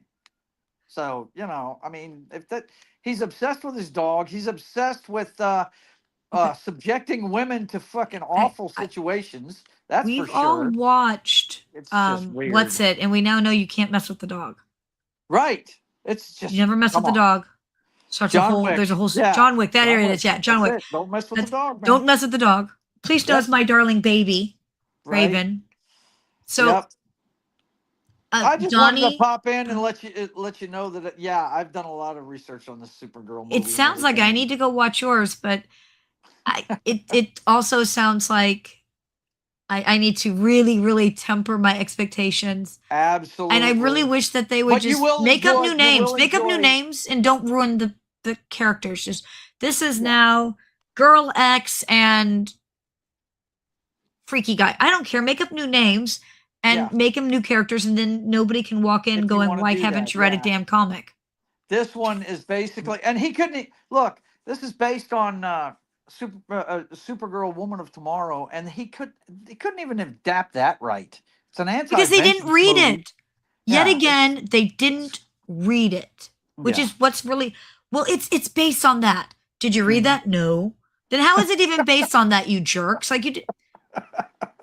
It's so frustrating to me. But you will enjoy Jason Momoa as Lobo. Look for the 5 minutes. The 5 minutes that you get of it. For that, I think I'll wait. I think somebody said it'll be on HBO in like October. Oh yeah, they're speaking. Yeah, I think for 5 minutes of that, I can wait till October. It's the end of it's not October, young lady. It's the end of this month. It's going to be on HBO at the end of this month. You could. Well, I think it's going to be on Box Office on Demand. But, okay. They're dropping. And I'll watch it when it's free on HBO. Right. Exactly. But it's bad whenever in your Superman movie, you've got the most memorable character in it is Mr. Terrific, not Superman, right? And the same thing goes on with Lobo in this movie. So I mean, it's just you need to learn how to do these things, and he only knows how to do one thing. And I'll give it to him. Friggin' Guardians of the Galaxy is one of the greatest fucking trilogies I've ever seen. It's fantastic, but when you're dealing with iconic characters that have been around forever, I mean, they're more iconic than the Marvel ones. People all around the world know who Batman is, who Wonder Woman is, who fucking Superman is. And that's what you're saying is end of July, it's going to be paid video on demand. Right. Yeah. Which means that you're probably right and that it will be free on HBO by October. Yeah, for sure. You'll be able to see it. Which is sad. All right, my wife is going on lunch, so I got to get out of here. But you guys take it easy. Thank you. Hey, say hi to you. You need to I need to be able to find you. How do I find your show? It's pretty simple. They'll let you know. It's Joe's Atmosphere. Joe's Atmosphere. Okay. Yep. And I can find you on YouTube and Rumble. Yep. Yeah. Everywhere. Awesome. Everywhere. I have links for him. I can give them to you. Martin's on a lot of my shows. Keith, I step into his show. That's what happens here. I show up over here every once in a while, but because Keith is so busy, he can't show up on my shows half the time. So, anyway, Keith, it's good to see you. You guys. call me, I'll come on there, and you can explain things to my dumb self. I need it explained in small words. You don't sound dumb one bit. You sound like a no. She's not at one bit dumb. She's not. I'm All right, not. guys, I gotta go. Take care of yourself. Thank you. Yep. Bye-bye. Yeah, I will say Bye, Joe. turning it into Crypto into Supergirl's dog, I didn't understand the point of that. But I want to go back to Donnie had asked me a question specifically about the newer Power Rangers being done by Boom Studios. And I'm going to be honest, I have not been a Power Rangers fan. I think I'm too old by the time it really picked up. Like I'm a huge Voltron fan. Oh yeah. Voltron is awesome, but Voltron's a bit older and in my generation a little bit better. I went and I looked, and I will say from just reading a little bit about it, I'm somewhat scared. When they start reimagining the world, settings will pop, characters and settings will pop up, and I'm reading this from their synopsis, in unexpected ways. But this is all new and crazy, but it beats with the heart of it. It sounds like it would be awesome if they could do that right, but so far nobody seems to do anything right. So I would be very worried about this. I'm going to be honest with you. So I would like to know, because apparently you are a fan, Donnie, with the Power Ranger tag. Big fan. Am I right to be worried? So I'll give you a second, but no, I didn't want you to feel like I totally read that, and I was like, I didn't know that they had started a new one. I mean, it makes sense that they are, but I was a little worried. Keith, look at that teaser. So, should I? Because I read over their synopsis, I find it worrisome. Because everything lately that they've reimagined or whatever, they've ruined. Just in the comic industry, in the movie industry, Martin, back me. Like, they seem to ruin everything they touch and they reimagine or whatever. So I'm very concerned that that's the language being used for this new line of Power Ranger comics. So it seems like Keith is back with us and also concerned. Welcome back, Keith. You missed out. Joe came on. He says it's worth it. Oh, really? All right. Power Ranger Donnie, it is now on the list. I'm going to go and check it out. And I will put it on my homework list for if I'm ever invited back. You're always invited back. I'm writing this down. Boom. And I will see what I can find. And that way, when you ask me questions, I'll be able to answer better. To more or less resemble what came before with a little. Oh, okay. Okay. So far they're not screwing it up. All right. Okay. It is on my homework list. Y'all give me homework, and please notice, Keith, I do my homework. Yeah. Look, guys, she does do her homework. She's very good. You sent me that thing. You send me something, say, hey, look at this. I totally go and look into it, including Webtoon, and which I'm not as thrilled with that information, but that short film on Dust, that was phenomenal. So I like good homework. So Power Rangers is in my good homework list. I look, studios and the remaking of things, the reimagining of things, that really is where we're at right now, because it's all about money. All of it is about money, and it's always been about money. And that they're not doing it smart. I'm going to go back to this. They're not doing it smart. And you can reimagine. Okay, Rob Zombie did. What was it? Friday the 13th, I think. Or no, he did the other one. The Michael Myers. Halloween. He did Michael Myers with Halloween. He did a one with that where it was a little less supernatural and a little more leaning into psychology and sociopathic and psychopath and that type of thing, and viewing things at too young of an age and blah blah blah. Yeah, witnessing horrible events at too young of an age, right? And again, I am not always big on the reimagining, whatever, right?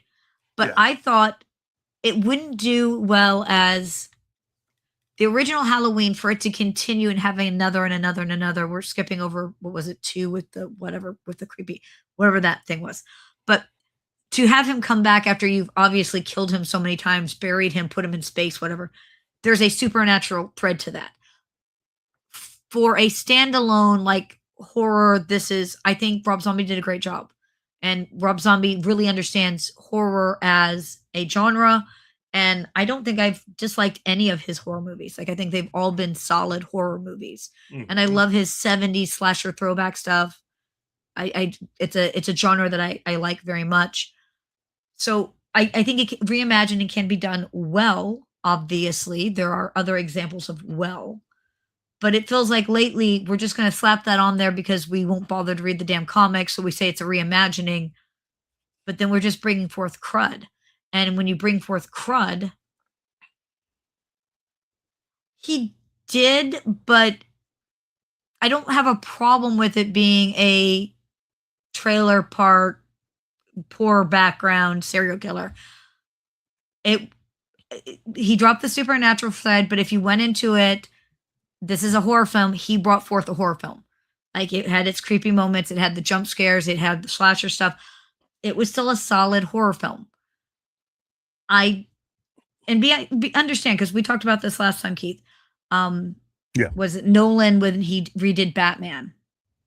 And everything had to be so super realistic. Bane was super realistic. Like, what the fuck? Bane is realistic. What are you doing over here? Right? Mhm. I didn't like that. You drop the comic book magic and it doesn't work because it's specifically a comic book movie. Yeah. You can do a horror film without a supernatural thread. I'm perfectly fine with having the supernatural thread. I was okay with them losing it.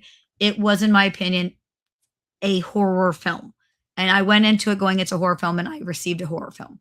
My problem recently especially with a lot of the comic book stuff, is I don't feel like I got a good comic book movie out of it. I don't even feel like they're a solid comic book movie. I feel like they're scattered. I feel like they're trying to connect it to a character and they don't. I don't know.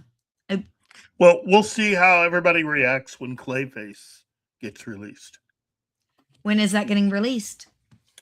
I think Clayface is either Will it be later- released? Is the question now?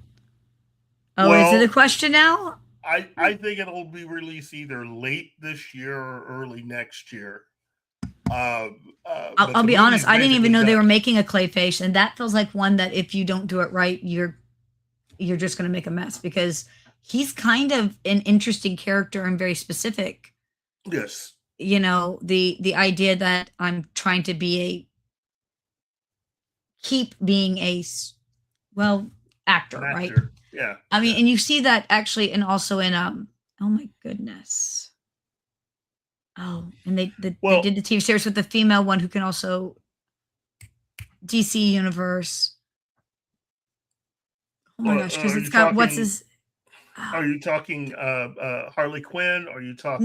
No. This is the ones that. Oh my gosh, I'll remember. But there's another it's a female character that has a very similar. She stretches and can change her look, and she was an actress. That's one of the Doom Patrol. Doom Patrol characters, right? So like it's not a never heard of type of thing, but I always thought his backstory was really interesting and well done, or could be. October, but Batman. How are you having a real popcorn geek? What the fuck? Because we're not having Batman in it. It's gonna have the Joker in it. No. It's because of Joker. It's because of Joker that we're not putting Batman in the Clayface. Well, I mean, Joker got nominated and won Best Supporting Actor. I think it was. Okay, so I'm going to be very honest. I saw the first Joker. Yes. And then the second one that came out, I skipped. Yes. It's good. It's good that you did, because I've heard bad things about that one. All I heard was bad.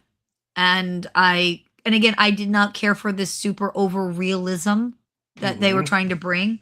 So how does that even work with Clayface? You cannot make that real. There's something that only works with comic book magic. Quite frankly, Clayface doesn't mean shit without Batman. Like, it's very solidly a Batman bad guy. But for the same reason that you can make a Venom movie and not have Spider-Man in it. It's, I would say that you could pull that off with Venom more because Venom has had his own comic lines for quite a while. And Venom kind of plays in that mysterious, sort of a good guy, but not really. And we have moments. Like Venom has always but then you have Craven. Craven's Craven another movie good one. without Craven, I thought was a weird choice to do as a standalone. Oh, No. I'm going to be honest with you. Craven wasn't great. Well, here's the thing. That was all part of what the studio was going for. Okay, you got to understand. We're not great. How did? No. Ever since they got the Spider-Man license, they knew that there would eventually come a time that either they were going to make a deal with Disney, right, and do what they're doing now with Spider-Man, which is Disney makes the movies for Spider-Man and Sony gets a majority of the cut, or that they were going to eventually figure out a way of either doing that or getting Disney to back off and just make their own Spider-Man movies. That is the real reason why Zendaya got hired. So I'm going to be honest, because I'm dumb and I don't know all of the ins and outs behind the scenes. I stupidly assumed that the reason we did Venom and Craven was because we were kind of building up towards and then with Spider-Man. Kind of like but right? they were also doing it as a way of continuing to make money because Disney had nothing to do with those films at all. And so they were a way of making Spider-Man movies. It's sounding more and more like we never had any plans to and then bring Spider-Man in. Actually, there was a plan. It's just the fact that everything went sideways. Eventually, what the original plan was, the original negotiated plan was that Spider-Man would be in 3 movies. And he'd do 3 movies for the MCU, and then Sony would keep him and start making their own movies. But I noticed that we're having another Spider-Man movie. You've had a lot more outside of that 3. Oh, there's a new one, Day. Yes. And I'm not sure what the heck we're doing with it. I've seen a few. I've seen a few trailers. Yes. But I'm again. I feel very dumb, and I'm not. Like Martin's correct. I'm actually not dumb. And I do read a lot of comics. I'm not sure where they're going with this New Day film. It's to basically straighten everything out. When Sony negotiated to allow Disney to have Spider-Man, they negotiated in a way to keep certain things to themselves. They wanted to basically build in a difference between what the MCU and Disney were going to do and what Sony themselves was going to do. So even though Sony actually has Tom Holland's contract. Okay. He belongs to Sony. But they are renting him out to Disney. Sounds so bad. Doesn't this just seem convoluted? Oh, really quick. It's a whole business thing. But here's the thing. Sony, knowing that they have access and full rights to all of the comics as far as turning those into movies, made the decision to go ahead and change Mary Jane. And so when it came time to do the stuff for the MCU, they made her different on purpose. Zendaya was hired because they wanted their Mary Jane to be exactly like the one from the comics. So they figured that the MCU should have the one that isn't from the comics, if you know what I'm saying. And so they made sure all these changes, all these differences were built into the character for the MCU version, so that when they finally made theirs would be the version that would fit 1-to-1 with the comics.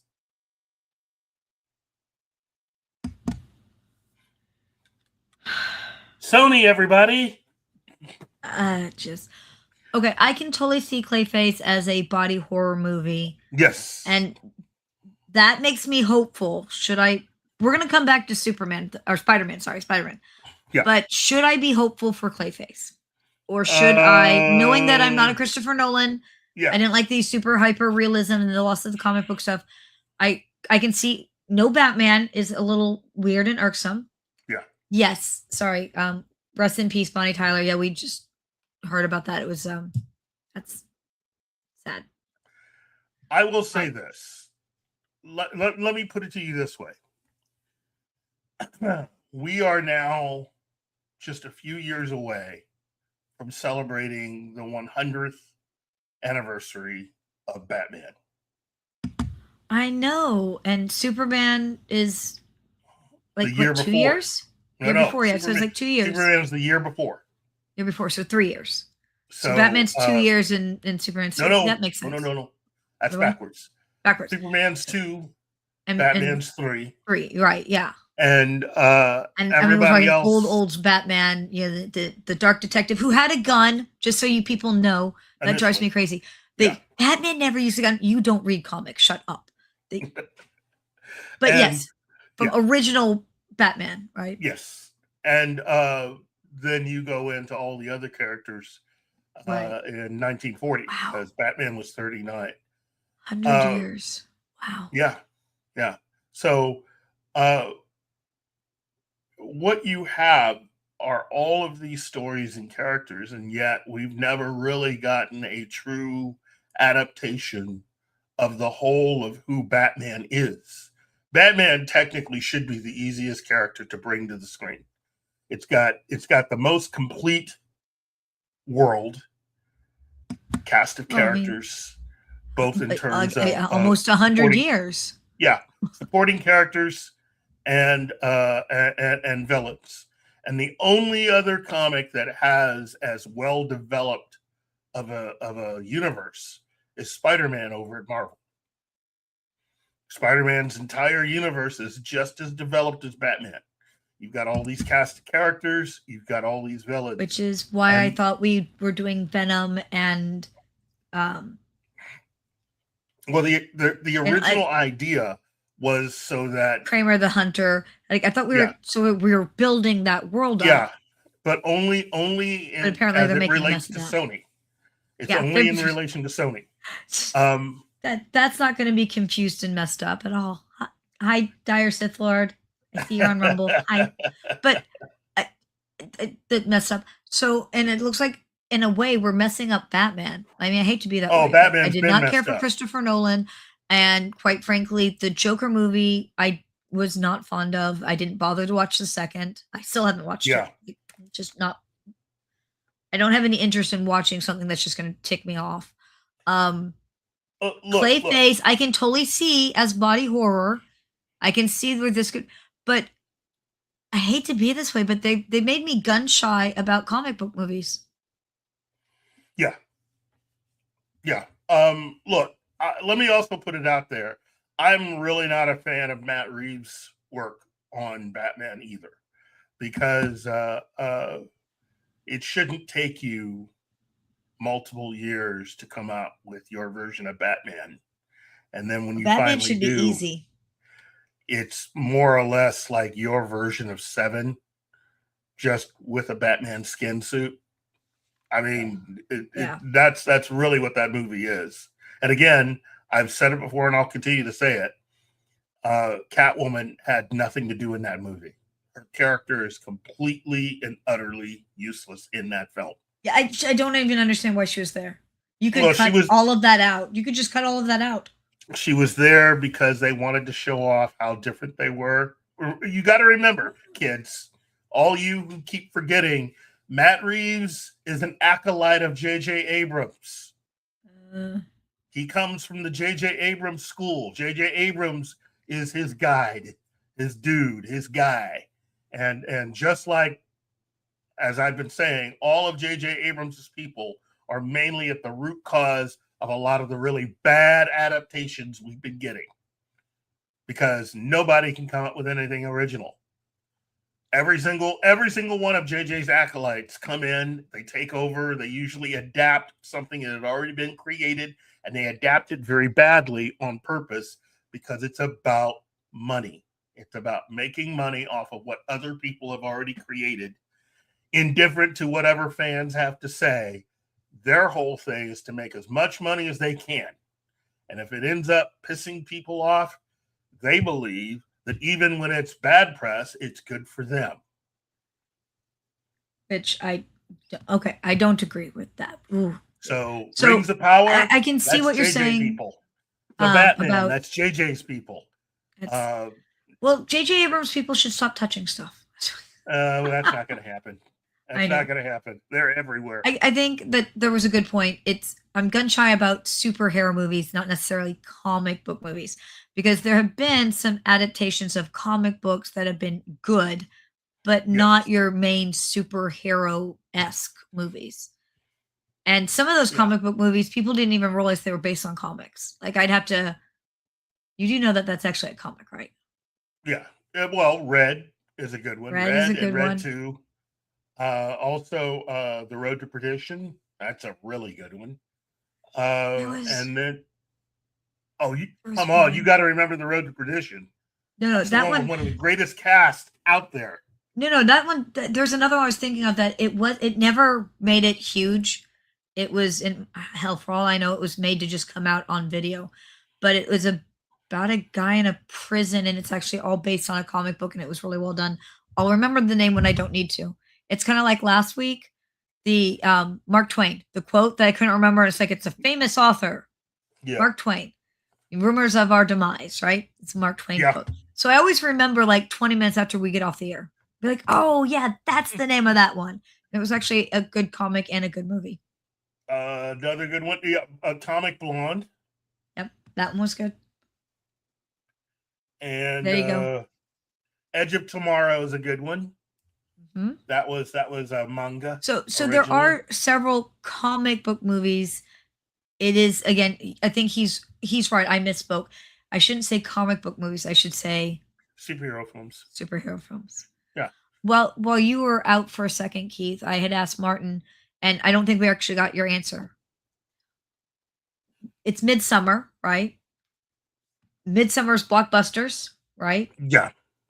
What blockbuster was worth seeing, or are you looking forward to? So either has come out so far, or you are looking forward to in the rest of the summer. What's instead of stuff that's making me sad? What's something that I want to see? What's something that's good out there? Look, originally I was really looking forward to Toy Story 5. I was also looking forward. Oh yeah, look. Oh, I know how bad Pixar has been, but I've been in the bag for Pixar since they launched. I love Pixar, and I'm hoping that they can find their way back from the mess and the hole that they've dug themselves into. I used to love Pixar, but they seem to be totally in bed with Disney, and the more in bed in Disney they got, the worse things got. Yes. I have hope. I have hope. You have hope? Okay. How about you, Martin? What are you hoping for? What one looks good? I'm not interested in anything. Oh, ouch. Ouch. As I said, my summer was complete with Masters of the Universe.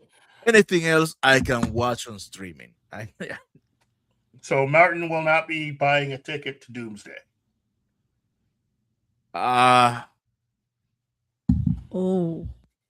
If it were Martin's been called out.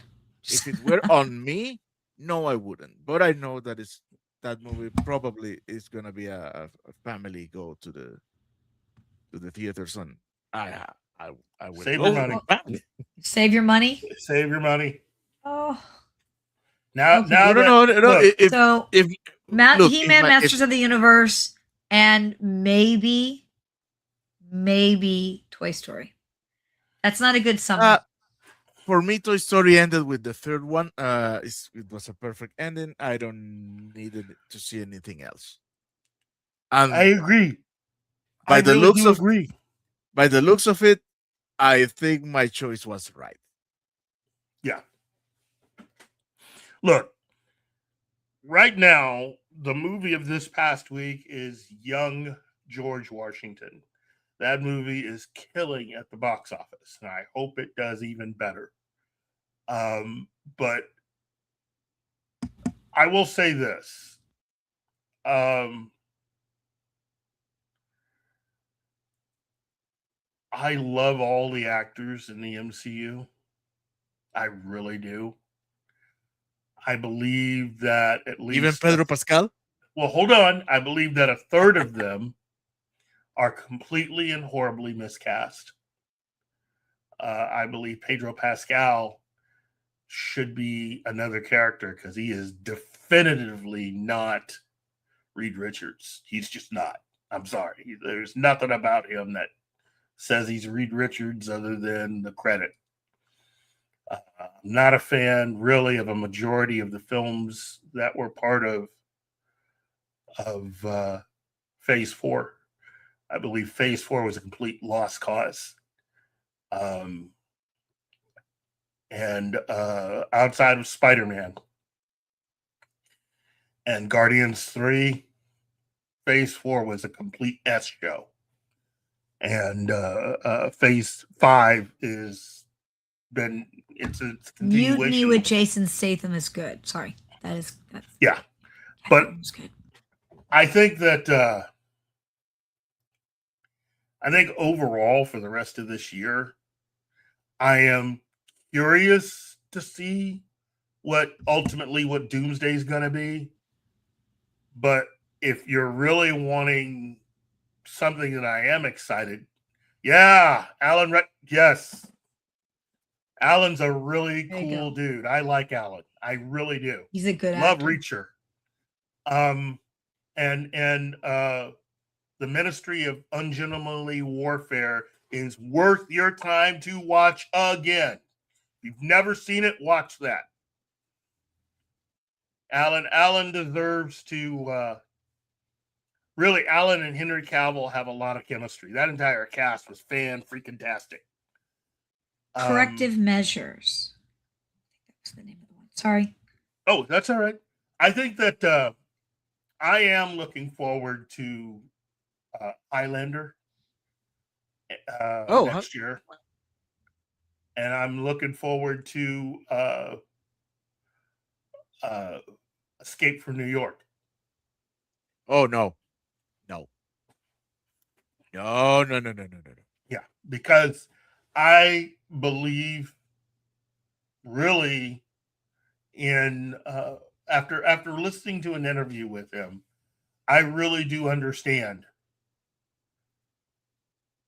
what it means to be a director who has created something and how he looks at the issue of people remaking what they do.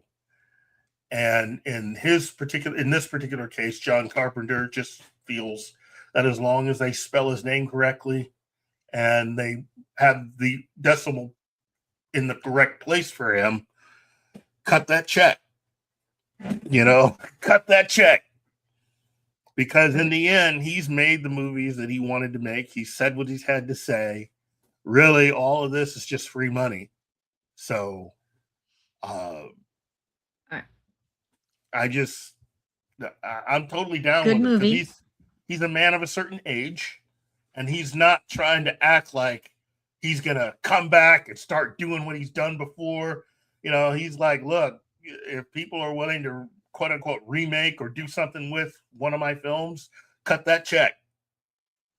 And as far as who gets cast as Snake, look, this is hey kids, gather around because Keith's about to really just mess stuff up by saying Tom Holland is gonna be Snake. I think whoever you cast as Snake better be someone who can basically learn to shut the F up when it comes to anything outside their role. I don't want to hear it. I really don't.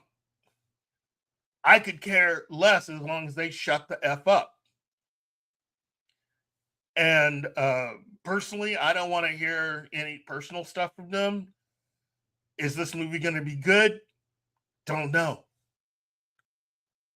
I hope it is. I still think it's a bad idea to remake that movie.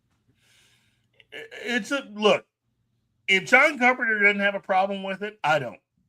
That's the end all be all with me. If the person who actually created and did it has no problem with it, then Really? I have no problem. Really? Yeah. What do you think about Alien Covenant? Well, I didn't say it had an effect on the quality of what they made. I just had no problem with them doing it. You're talking about the result. I'm talking about the attempt.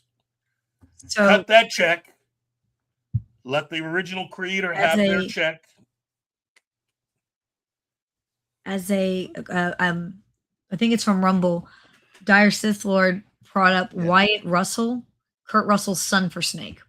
Yeah. Wyatt's a good actor, but I don't know if letting him play the role is the same. I'm not seeing that comment. Oh, and he sent it to me because I think he didn't. Yeah, he also figured out what movie I was thinking of because I know Corrective Measures. It's on Tubi. Yeah, it has Bruce Willis in it.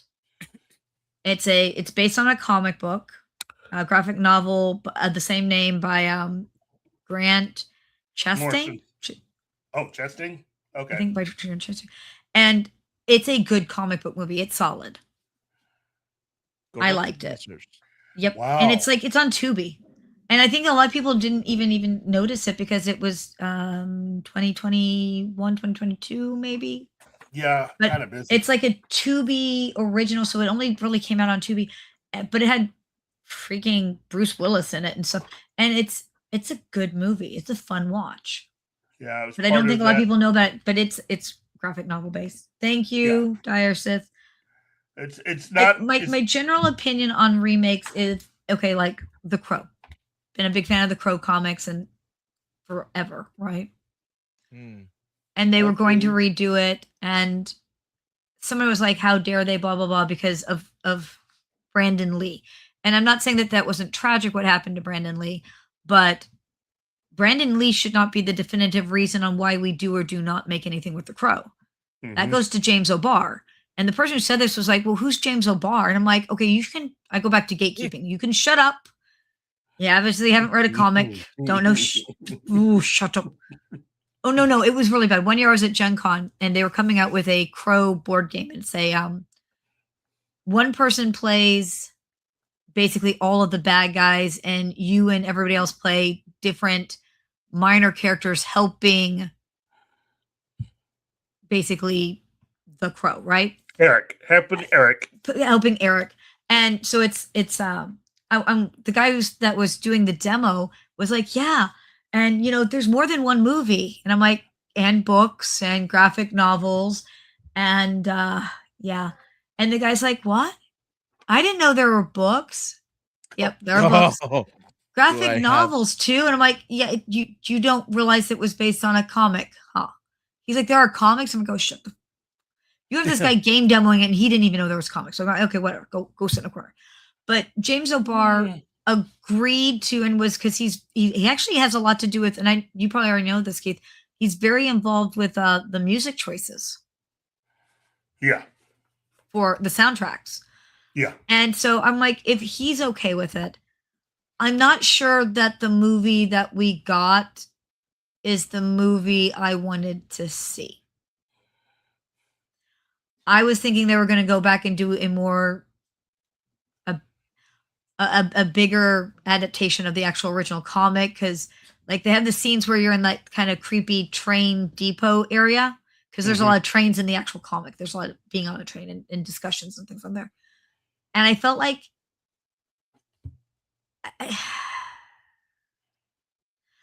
it fell really short of what I was hoping for. I don't know how James O'Barr feels about it, but I was okay with them redoing it because James O'Barr was okay with it. And so I think if the original creators are like, yeah, let's see what you do, even if he wrote the comic and he doesn't even care, he just wants his check. He wants to play with the music and get his check. Let the man play with the music and get his check, right? Yeah. But I will say in that case, I'm not sure that the adaptation was, I will say it fell short. I'm just going to go with that. Yeah. Look, it is difficult, if not near impossible, to get any kind of adaptation of anything to be as close to the source material as possible. Although some people will work and bend over backwards to try to do that. You know, Peter Jackson You comes can't. to mind. It's Zack you Snyder can't. is The book another. is always better.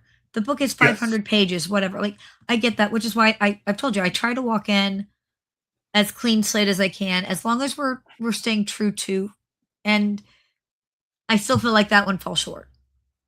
Yeah. I mean, I'm not saying I hated it. I'm just Yeah. it fell short for me. But at least you can tell that they read the comic and that there was some process there that they tried to. I think the biggest problem they had is trying to claim that it was Eric. They should have gone with that it was a different Crow. Yeah. Because it's not like we don't know that they have different ones. We know that they do. It's very There's I think they just needed to not say it was Eric. Yeah. I think there's room for a lot of different interpretations as long as they're done by people who really have a reverence and respect for the original material. I think it's possible.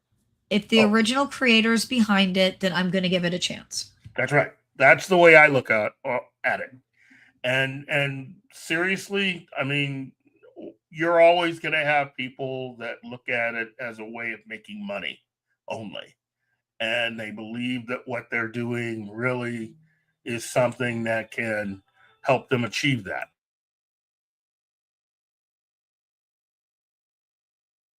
Some people only want to do it because it gives them straight up access to Hollywood, you know, which is really 99.9% of the reason why you've had a lot of the recent failures. And by recent, I say everything that's happened in the last 10 to 15 years in comics.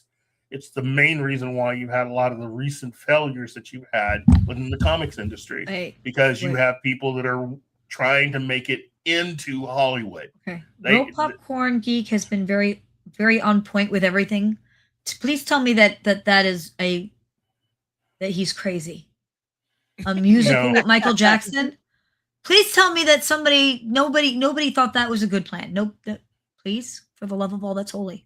Wait a minute. You mean you never heard the one about the Lord of the Rings being made in the 60s and was going to star the Beatles as the Four Hobbits? Holy shit. You heard that? That can't be true. That cannot be true. No, that is true. That's very true. Sweet Jesus, no. Sauron was to play. No. La la la la la. I'm gonna stick my fingers in my ears and close my eyes. La la la la. Are you kidding me? What idiot thought that was a good plan? Somebody contacted Professor Tolkien and made that pitch. And it's not like he would have known who they were, considering how old he was. He didn't give, but he would have said no. Animated Crow movie would be awesome. Yes. Yeah, he would have said no matter what. Look. You want to know what project really pissed me off was when they decided to, when the current people running DC decided it was a good idea to say no to an animated movie that would have kicked so much butt. It would have rivaled anything that DC had ever done and would have kicked the MCU's backside. Because I can't just blame it on James Gunn. He wasn't the only one to make this decision. But there was on the table a Kingdom Come film. Oh, no. And this was going to be an animated film done in the style of what the artwork from the comic. And that entire project was given the circular file when the Gunn and Safran basically took control and were going to guide DC. That's the one that got away. That one hurts because Kingdom Come would have changed everything. And So why didn't they? because it wasn't one of their ideas. Kingdom Come should not be a movie that needs to be a two-parter at least. There's too much content to compress it in a movie and hoping it Okay, goes. I heard But Alex here's the thing: Ross they is can do behind it. two-parters, and people will look. I mean, go back to what's it with the Lord of the Rings, and it was a three-parter, and we all watched it. We all went to the theater and watched it, and we sat for 3 hours for each of the sections. Yeah, We would watch a two-parter. Bring me something good. I'll come out both times. It's okay. Yeah. Yeah. I mean, again, there is enough material out there. You can. There are certain projects that could be adapted. There are certain projects that could be continued. It just depends. But to me, as long as the original creators are taken care of and they like what's going on, I'm down for anything. You know, I'm down for an attempt to do Buckaroo Banzai again. If James O'Barr said, "Hey, I think that this is great. They're going to try and make it animated," I'd give it a shot. Like, Yeah. if the original creator's like, "Hey, give it a chance," or I at least approved of it, or at least I'm whatever, I'm willing to give it a try. Yeah. Again, I know James O'Barr was involved, and I know that he had some, I think mostly over the pick of music again with that last one. I think if they had not tried to claim it was Eric, it would have gone better. Yeah.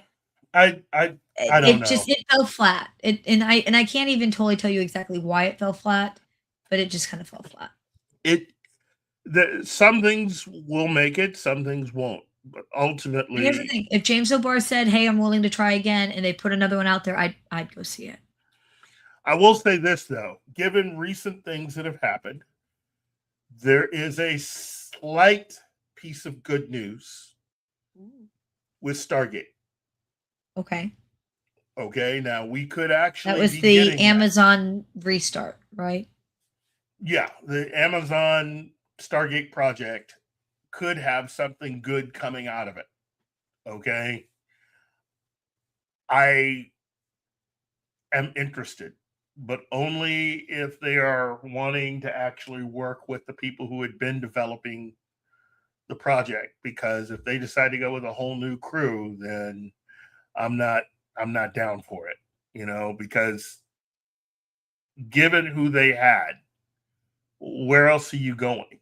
But then again, Universal and NBC are still looking at doing another version of Battlestar Galactica. And another version? Yes. Huh. And Do they've you already remember talked to ages ago when the one lead star was at VisionCon trying to drum up remaking the show? Yes. And then they remade it and he had nothing to do with it? I bet you he was ticked the hell off. No. What had happened was I was really happy that that was Richard Hatch who had come to VisionCon. Yes, he was there. And I remember him quite well because he tried to move my baby and I got ticked off at him. And his girlfriend was all like, "Oh, but he likes babies." And I'm like, "I don't know you. You don't touch my kid." I say I remember him very well. Apparently, Richard Hatch likes babies, but you don't touch new parents' babies without talking to them. I'm just saying. Good point. But also, Glenn A. Larson was also involved with an attempt to make Battlestar Galactica. And it turns out the guy who was behind the movie, who was behind the film adaptation of Wing Commander, had gotten a hold of Glenn A. Larson and convinced him that he would be a very good guy to do his own version of Battlestar Galactica. No. So wait. So when it was announced that they were doing it, but that it was from someone who was not either one of those parties, I was cool with it. I loved Richard Hatch's idea. I did. I can also understand the reason why NBC and Universal decided not to go with it, because it would have been inherently way too expensive. I get it. I personally would have greenlit it, but I understand why they didn't do it.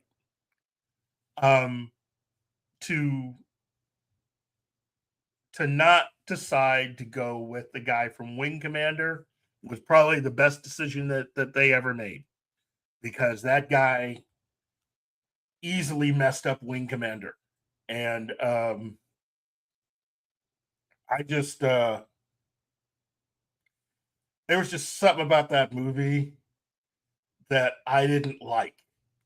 And number one being the fact that Mark Hamill had nothing to do in it, as far as I know. So, but I just think that if you're going to handle, say, Battlestar Galactica again as an example, they've already had a talk with David Icke. And I think it was David Icke and Ronald D. Moore have already been approached. The person who's in charge of this new project got a hold of them, and Ronald D. Moore told him, look, as long as you don't touch any of the stuff that I created for our version of Battlestar Galactica, I'm cool with it. That's what he told him. And I'm down with that. You can't do any of the things they did before. So if you're going to try Battlestar Galactica again, you need to come at it from a different angle. And I know some of the actors and actresses have already made comments. Personally, I love that show. It's a very well done show. But I agree, as long as you're not trying to do exactly what Ronald D. Moore was able to accomplish, I'm willing to give them an opportunity, a chance. And I'm beginning to think that really was what Amazon was attempting to do with Stargate. I'm thinking that's really what they want. I think a lot of people are aiming for that when it comes to taking ideas that have already been done and redoing them. Everybody's swinging for the fences. Everybody wants to do their version of what they did with Battlestar Galactica. Not everybody's going to be successful, but everybody wants to make the attempt. They've already tried it with Star Trek, and that was a complete S show. I know there are some people out there that are fans of some of that stuff, but no. That was a complete and utter S show. They were better off with Brian Fuller and going forward with him. And when they basically stabbed him in the back, I was just done with all of it. Oh, and the fact that Alex Kurtzman is also an acolyte and follower of J.J. Abrams. So there you go. There are opportunities and ways to move forward with a lot of different ideas. But again, as long as the original creators are taken care of, I'm cool with it.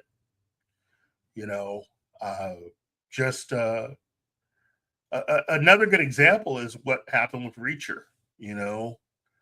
I think Tom Cruise had a lot of fun doing the Reacher movies, but I think even he saw the logic in doing this television show. And we, the fans, have gotten so much out of it because of that. Sometimes you just got to be able to look at a situation and just go, okay, this is definitely not something I'm going to be able to do. I can't take this across the finish line. Let's just try this. I kind of sort of thought that's what I was getting with James Gunn taking over DC. I'm not sure if that's what I'm getting anymore. That doesn't mean I hate the guy. I was really hopeful about James Gunn. I really was. Yeah. I like him. I think James Gunn is perfect if you have a group of people that are in charge of DC together and they're all doing stuff. I think James Gunn would be perfect to make a Plastic Man movie. I think James Gunn would be perfect to even make a Guy Gardner movie. But I don't think James Gunn is the perfect fit for a lot of the big DC characters. I don't believe he's a perfect fit for Superman. I don't believe he's a perfect fit for even Batman or Wonder Woman.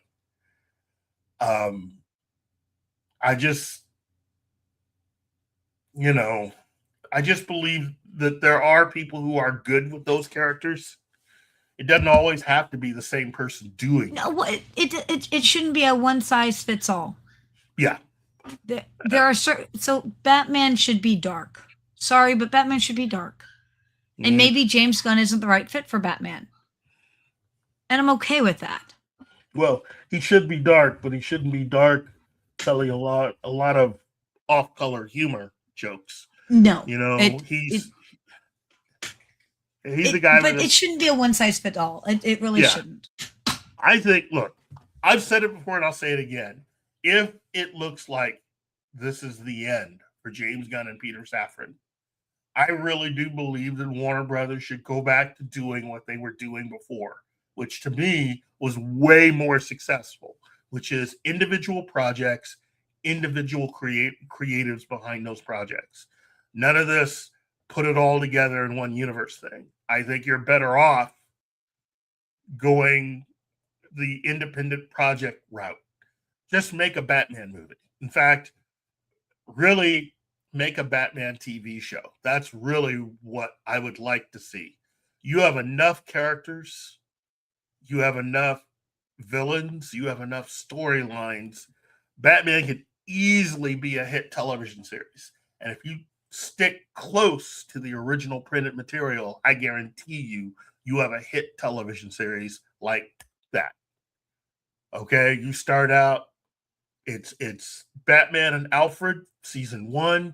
You then progress to go Batman, Alfred, and Richard Grayson, and you do that for a few seasons, and then he leaves and he's replaced, and you go for the second Robin, you go for the third Robin, you do it that way. You organically build the Batman family, and you allow your audience the opportunity to see all the different facets of who Batman is as a character. And hopefully by then, a lot of the people who are currently working on the comic will get their act together and start actually making some Batman comics. So,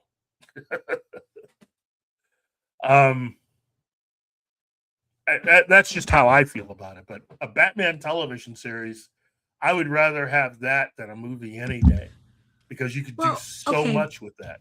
But DC was doing they did Teen Titans and then Boom Patrol, and those were actually really pretty good overall. There were some questionable choices, but I think that they were overall pretty good, right? Yeah. I liked Doom Patrol better. There were some choices with Titans that I thought were odd. We'll go with odd choices. Well, they didn't really respect the entire history of the Titans. They went for the 80s version of the group rather than for the entire history of the Titans title as a whole. Right. That's really what they should have done. It would have made more sense, and you would have had a lot more characters. We've seen, and I know that there are some fun yet interesting choices that oh my goodness, the CW did with a lot of their shows. Oh God. But some of the shows were still good. They were still fun. Comic book correct, maybe not, but some of them were still fun, right? If we had somebody who gave a darn about the actual intellectual property, the shows could work. It's obvious the shows could work. You have all this background proving that if you bring it, it will work, right? Yes. You build it, they will come. So why don't we have it? Money. But the money's there for the taking. Like, it's just sitting there. The stories are written for you. Like, everything's there. You'll make money. The studio wins if they have a success of any kind. Right. But for the person who's been hired to translate it, for the person who's working on the show, it's money. And you get a bigger piece of pie the more stuff that is original unto you that you insert into it. See, your piece of the look, you make a Batman TV show. Here's how it works. If all you do is take the comic and translate it, you will probably have a hit show.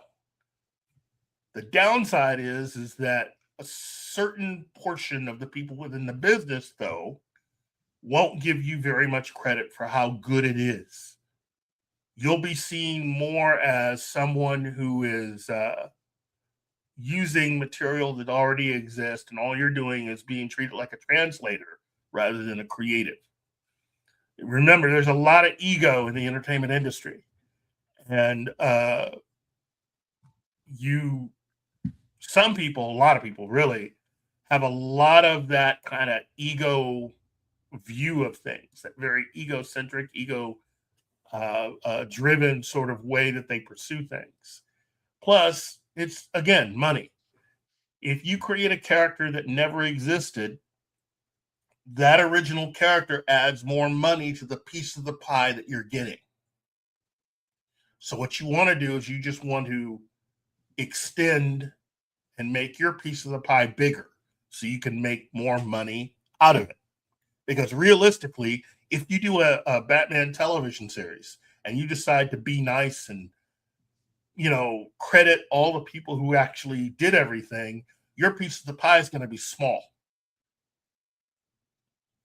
It's going to be small. You're going to put in a lot of work for a very, very small profit. That's the reason why the Batman looks different than what Ben Affleck and Zack Snyder had done.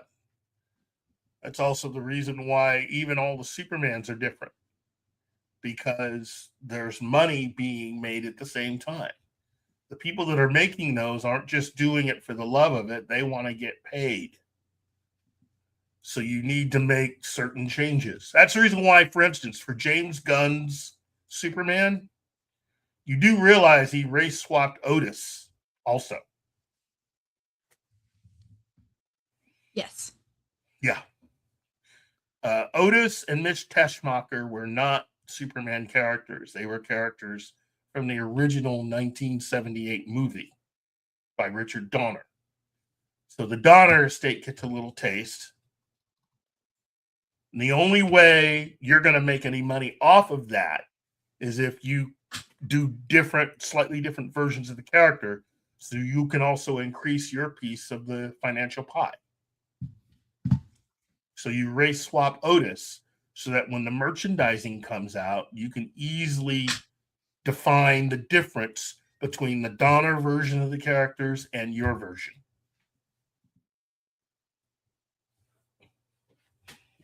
That's exactly the reason why it's done. So we're ruining stuff because you think you need that quick money grab rather than a slower, more steady money grab. Well, you just want a larger piece of the pie. For instance, Andy, if you were to make a Spider-Man television series, right, and you did the whole thing based on all of the comics, okay, your piece of the financial pie is set already. You're locked in to a particular slice. So let's say, to do the show as a showrunner and as the creative behind it, let's just say you're making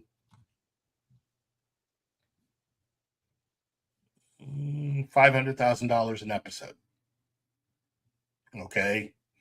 If you are developing everything based on all the comics, you have already now set up how much money you're going to get from merchandising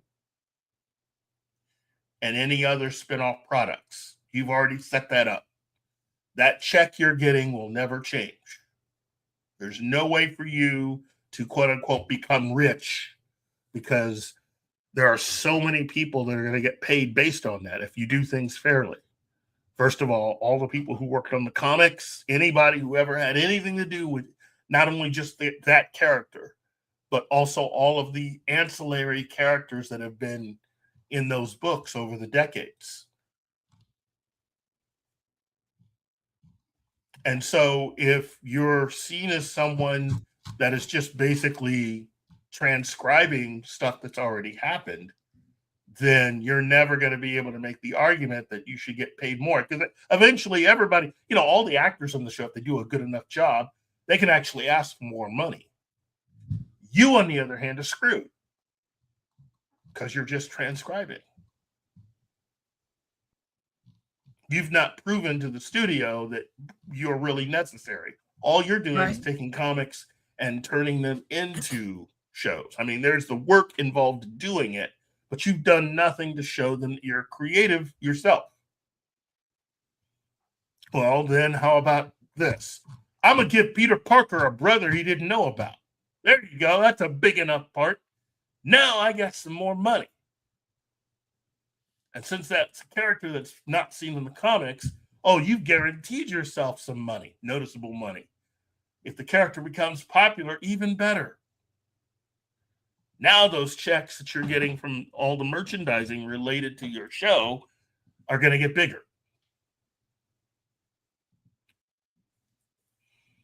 That's the reason why all those changes are made. That's the reason why Alex Kurtzman did all that stuff to Star Trek.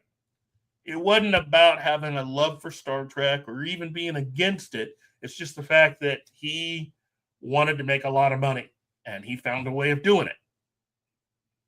Taking characters that already exist and just changing them. That way he guarantees himself a certain amount of everything. And the way he did it pretty much gave him a nice, fat paycheck beyond what he was guaranteed because of his contract.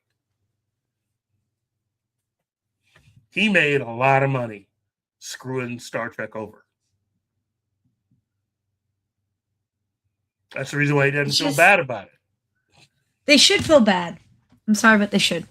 I know they should, but he doesn't. He doesn't. Nobody, and none. He's too busy going to the bank. Yeah, it doesn't matter. He's getting paid. He does not feel bad about it at all. It's the same reason why you could have even like when they did Pacific Rim and then they did the sequel. The reason why the changes between the two movies is about having a whole new group of creatives running the sequel.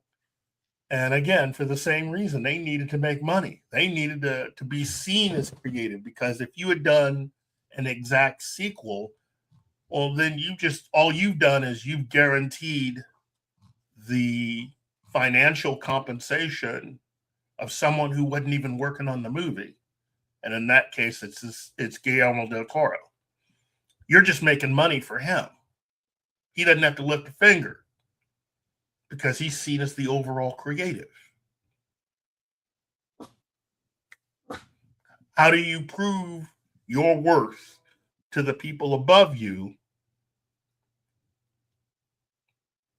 and not be seen as someone who's doing a job that could be done by anybody?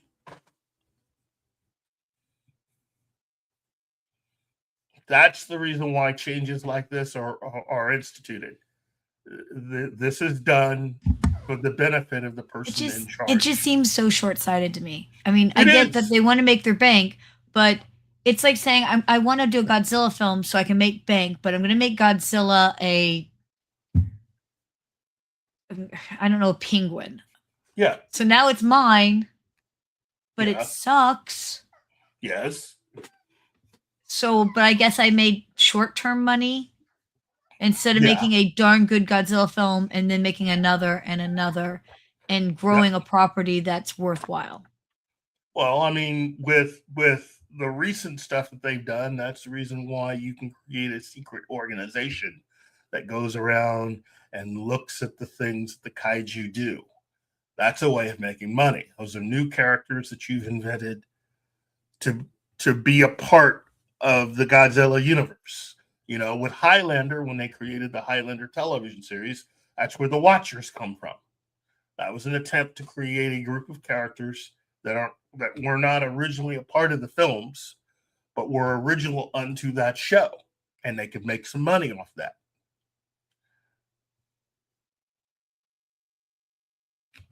There's always a way to do it. I mean, there's a way to do it and do it right. They just don't seem to care at all enough to try. That's because some people do not think it's worth inserting a character. For instance, like, say, it's not worth the time to create a character. If you're doing Star Trek, it's not worth the time developing a brand new character like an ensign on board the Enterprise. You get more out of it if you just change some of the characters that already exist. Bye, Penny. Bye, Penny. Bye, Penny. Yeah, it just... all right. So Clayface is going to come out probably in October, because that's a good time for horror films to come out. Yes. Are there any other horror films coming out in fall that we should look for? Let me check. This fall. Go ahead. Oh, no. Fall. Because we have a horror movie ready to come out. It's The Odyssey. The Odyssey shouldn't be a horror movie. Oh, it's a horror movie. They slash her. Apparently, I don't know what movie they're making, but it's not The Odyssey. That is all I'm going to say on that. I've looked at stuff, and I'm very confused on what the hell they think they're making, but it is not The Odyssey. Stop. Okay, we've been talking about this the whole day in most of last week. Stop naming it something if that's not what it is. Stop telling me it's an X-Men movie if we aren't really actually having the X-Men. Stop saying that it's a Joker film if it's not the Joker. So don't call it The Odyssey. Call it something else. Why are we having to use that name? Use another name. Then tell whatever story you want to tell. That is my rant for today. It's a rant I've made myself, but they don't listen. They don't listen. With that, we should end the show because we are 36 minutes over the line. Uh-oh. Well, look, let me just say this. I love doing this. I love doing this with you people. And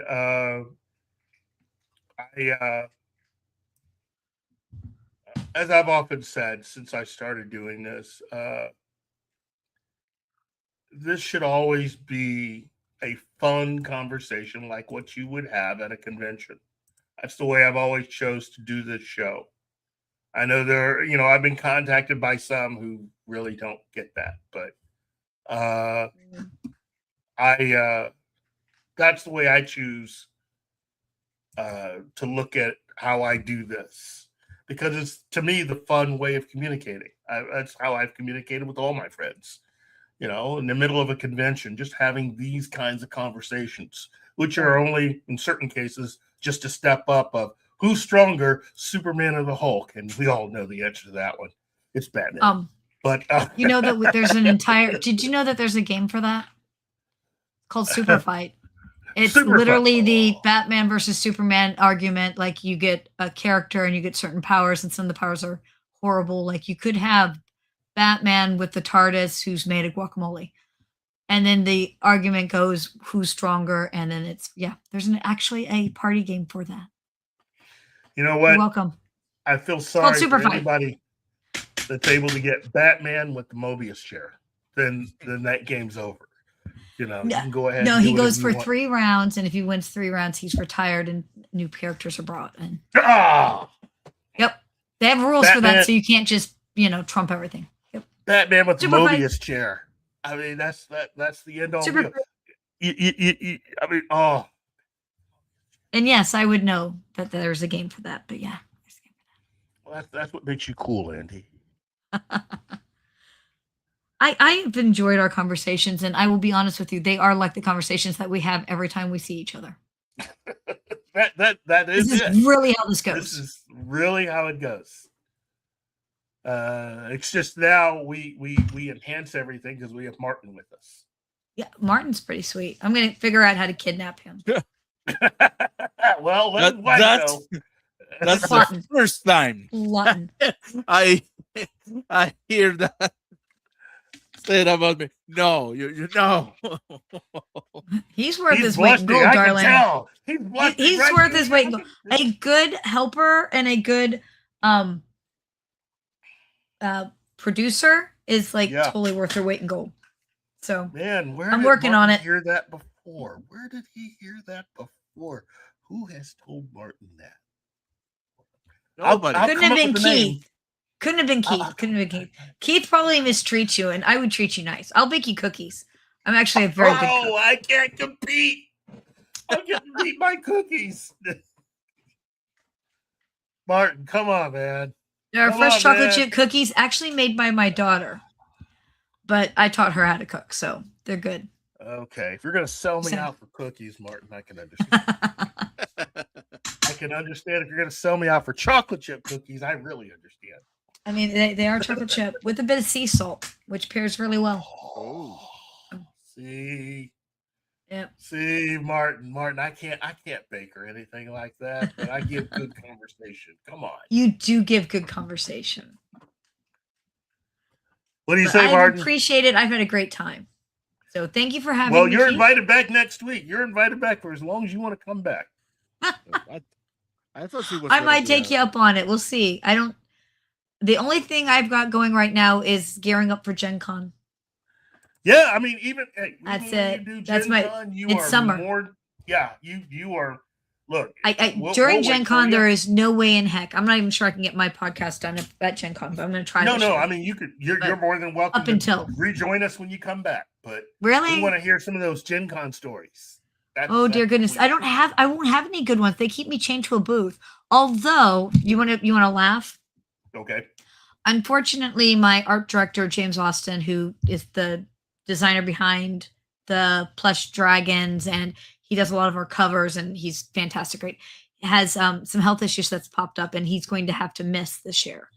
And he was supposed to do a seminar with the other art director, Don Higgins.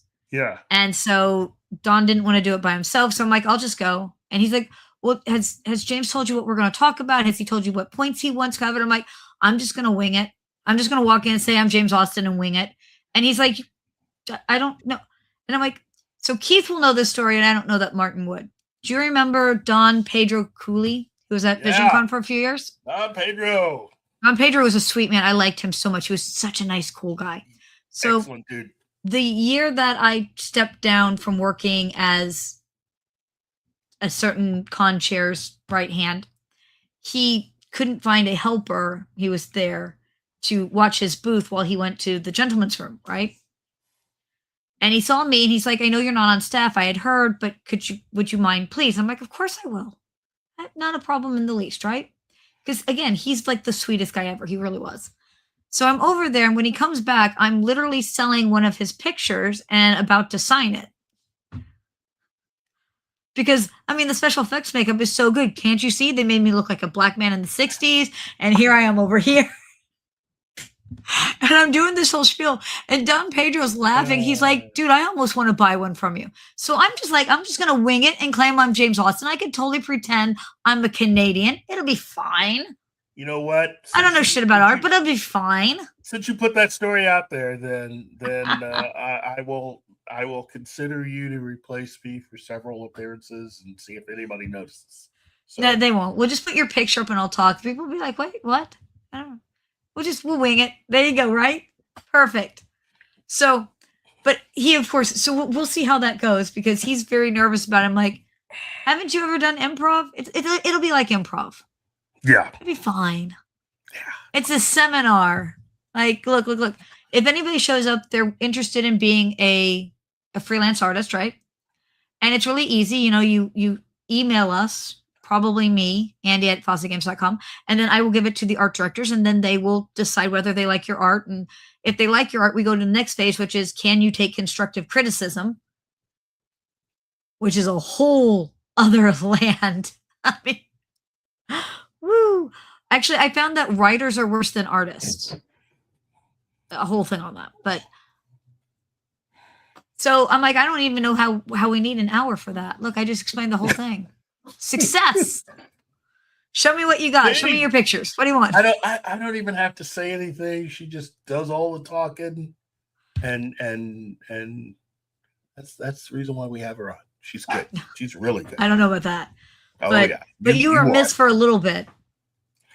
You know what? I again, you are you just light up every room you're in, Andy. So, and thank you, Gambit. I know I thank you for that nice compliment. I want to thank everybody who came on and said stuff. Gambit, Keith is the sweetest. He really is. And you had a super what's it called? A super post person. They donate money. It was really nice. Yeah. Oh, my art does not go through. I am not an artist. I do illicit stick figures. Bye, Andy. Yeah, I do illicit stick figures. If you ever go to FossaGames or it's on our Facebook. And I have illicit stick figures, and I'm telling a story that's happening in Kratos and Earth Dawn that is censored terribly by my boss, who is, again, hashtag Space Pope Ross, the original Ross Babcock, as in the co-creator of Fossa, who also hates science, if he ever watches this. He is super pleased. I told you, I've been trying to get fired. Hashtag Space Pope Ross. He hates science, all sorts of stuff. But my art, I am not an artist. Have you? Yeah, you should go on and see if you can catch any of the Altia Hornblossom illicit stick figure art story. That is as wonderful as my art gets, which is never going to go in anything of use. So, but I will be sure that if I come back after, if you want me back after Gen Con, that I will be happy to talk about that. Oh, I did hear a rumor mill that a couple of creators got into fisticuffs at Origin over the AI art debate stuff. You really want to get like cancel cultured? Let me talk about AI art for a little bit. We'll get cancel cultured real fast. Okay. We're actually trying to work on a mid ground because we really actually do want to hire artists whenever we can. But trying to keep up with the other companies, it's expensive. Art's one of the most expensive parts of a book. It really is. And color art is like 4 times the cost of black and white art. So one of the things that we've considered is still paying artists for the black and white art, but then using AI to help in-house colorize things. Try to, find a middle ground. Yeah. So, but yeah, I am, if you ever want to get like really yelled at, we should talk about AI art in creative spaces and AI used for, I actually recommend it for GMs. You don't want to talk to your players and give them too much of a heads up, but sometimes you want to talk through, is this a good story arc? Am I missing a big plot hole? Things like that. And it turns out you can actually do a lot of that background work with an AI who is not going to tell your players what happens. And it's actually an interesting conversation. Well, not conversation, but you get the gist. So yeah. But yes, you can have me back whenever you want me, sir. Cool. And I have homework because apparently I got to read me some Power Rangers comics. So. Yes, you do. I do. Well, look, on behalf of everybody here at the Pop Culture Minefield channel, and Gary and everyone else, of course, Andy Martin, I just want to say thank you to Power Ranger Donnie, as you know, it's cool like that.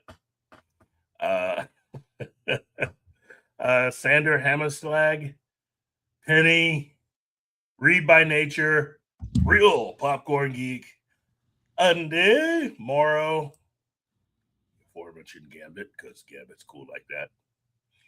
And Dire Sith Lord over on Rumble. Yeah. Thank you, Dire Sith Lord over on Rumble. I really need to get on Rumble. That's really. Oh man, I'm so pissed that we cannot integrate a Rumble chat here. I know. Yeah, he felt like nobody noticed him, and so he actually messaged me because I know that one. I know him. I see you. I hear you, and I feel for your position. Oh, and you have homework. To join us next week. I've You have always homework. got homework. You I've need always to got watch homework. that movie on Tubi with Yes. Bruce Willis. Yeah, Yes. it's a good watch. It's fun. There's so many things I need to do right now. I need to catch up on a few things, but for the rest But of now today, you have homework. yes. Well, just like school. Anyway. You probably didn't do your homework at school. I do my homework. Actually, I did in school too. Did you? Yeah, I did my homework at Oh. school. I had after school activities, so if I wanted to be able to successfully Oh yeah, if you're going to play on the navigate- team, you have to have good grades. So I had to do that. That was one of the things that I remember. I was really glad for that I was forced me to do homework because I didn't like going home and having to do homework after practice. After practice, yeah. Because I remember way those too days. tired. Oh gosh. But that's a conversation for another time. Thank you, Andy. Thank you, Martin. Thank you to everyone that showed up today. And remember, it's no show. Ain't no show like a geek show. Be good to yourselves and to those around you. And I will see you next week. Bye, everybody. Andy. Goodbye and thank you guys. Bye.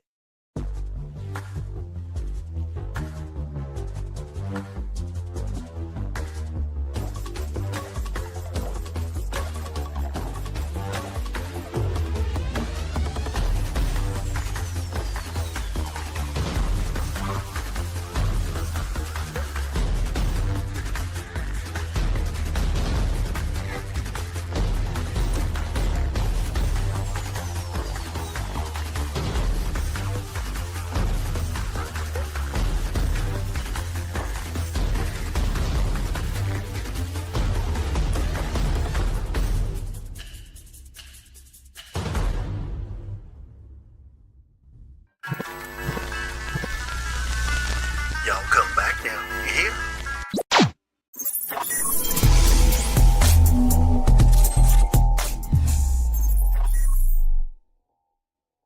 Matt Damon.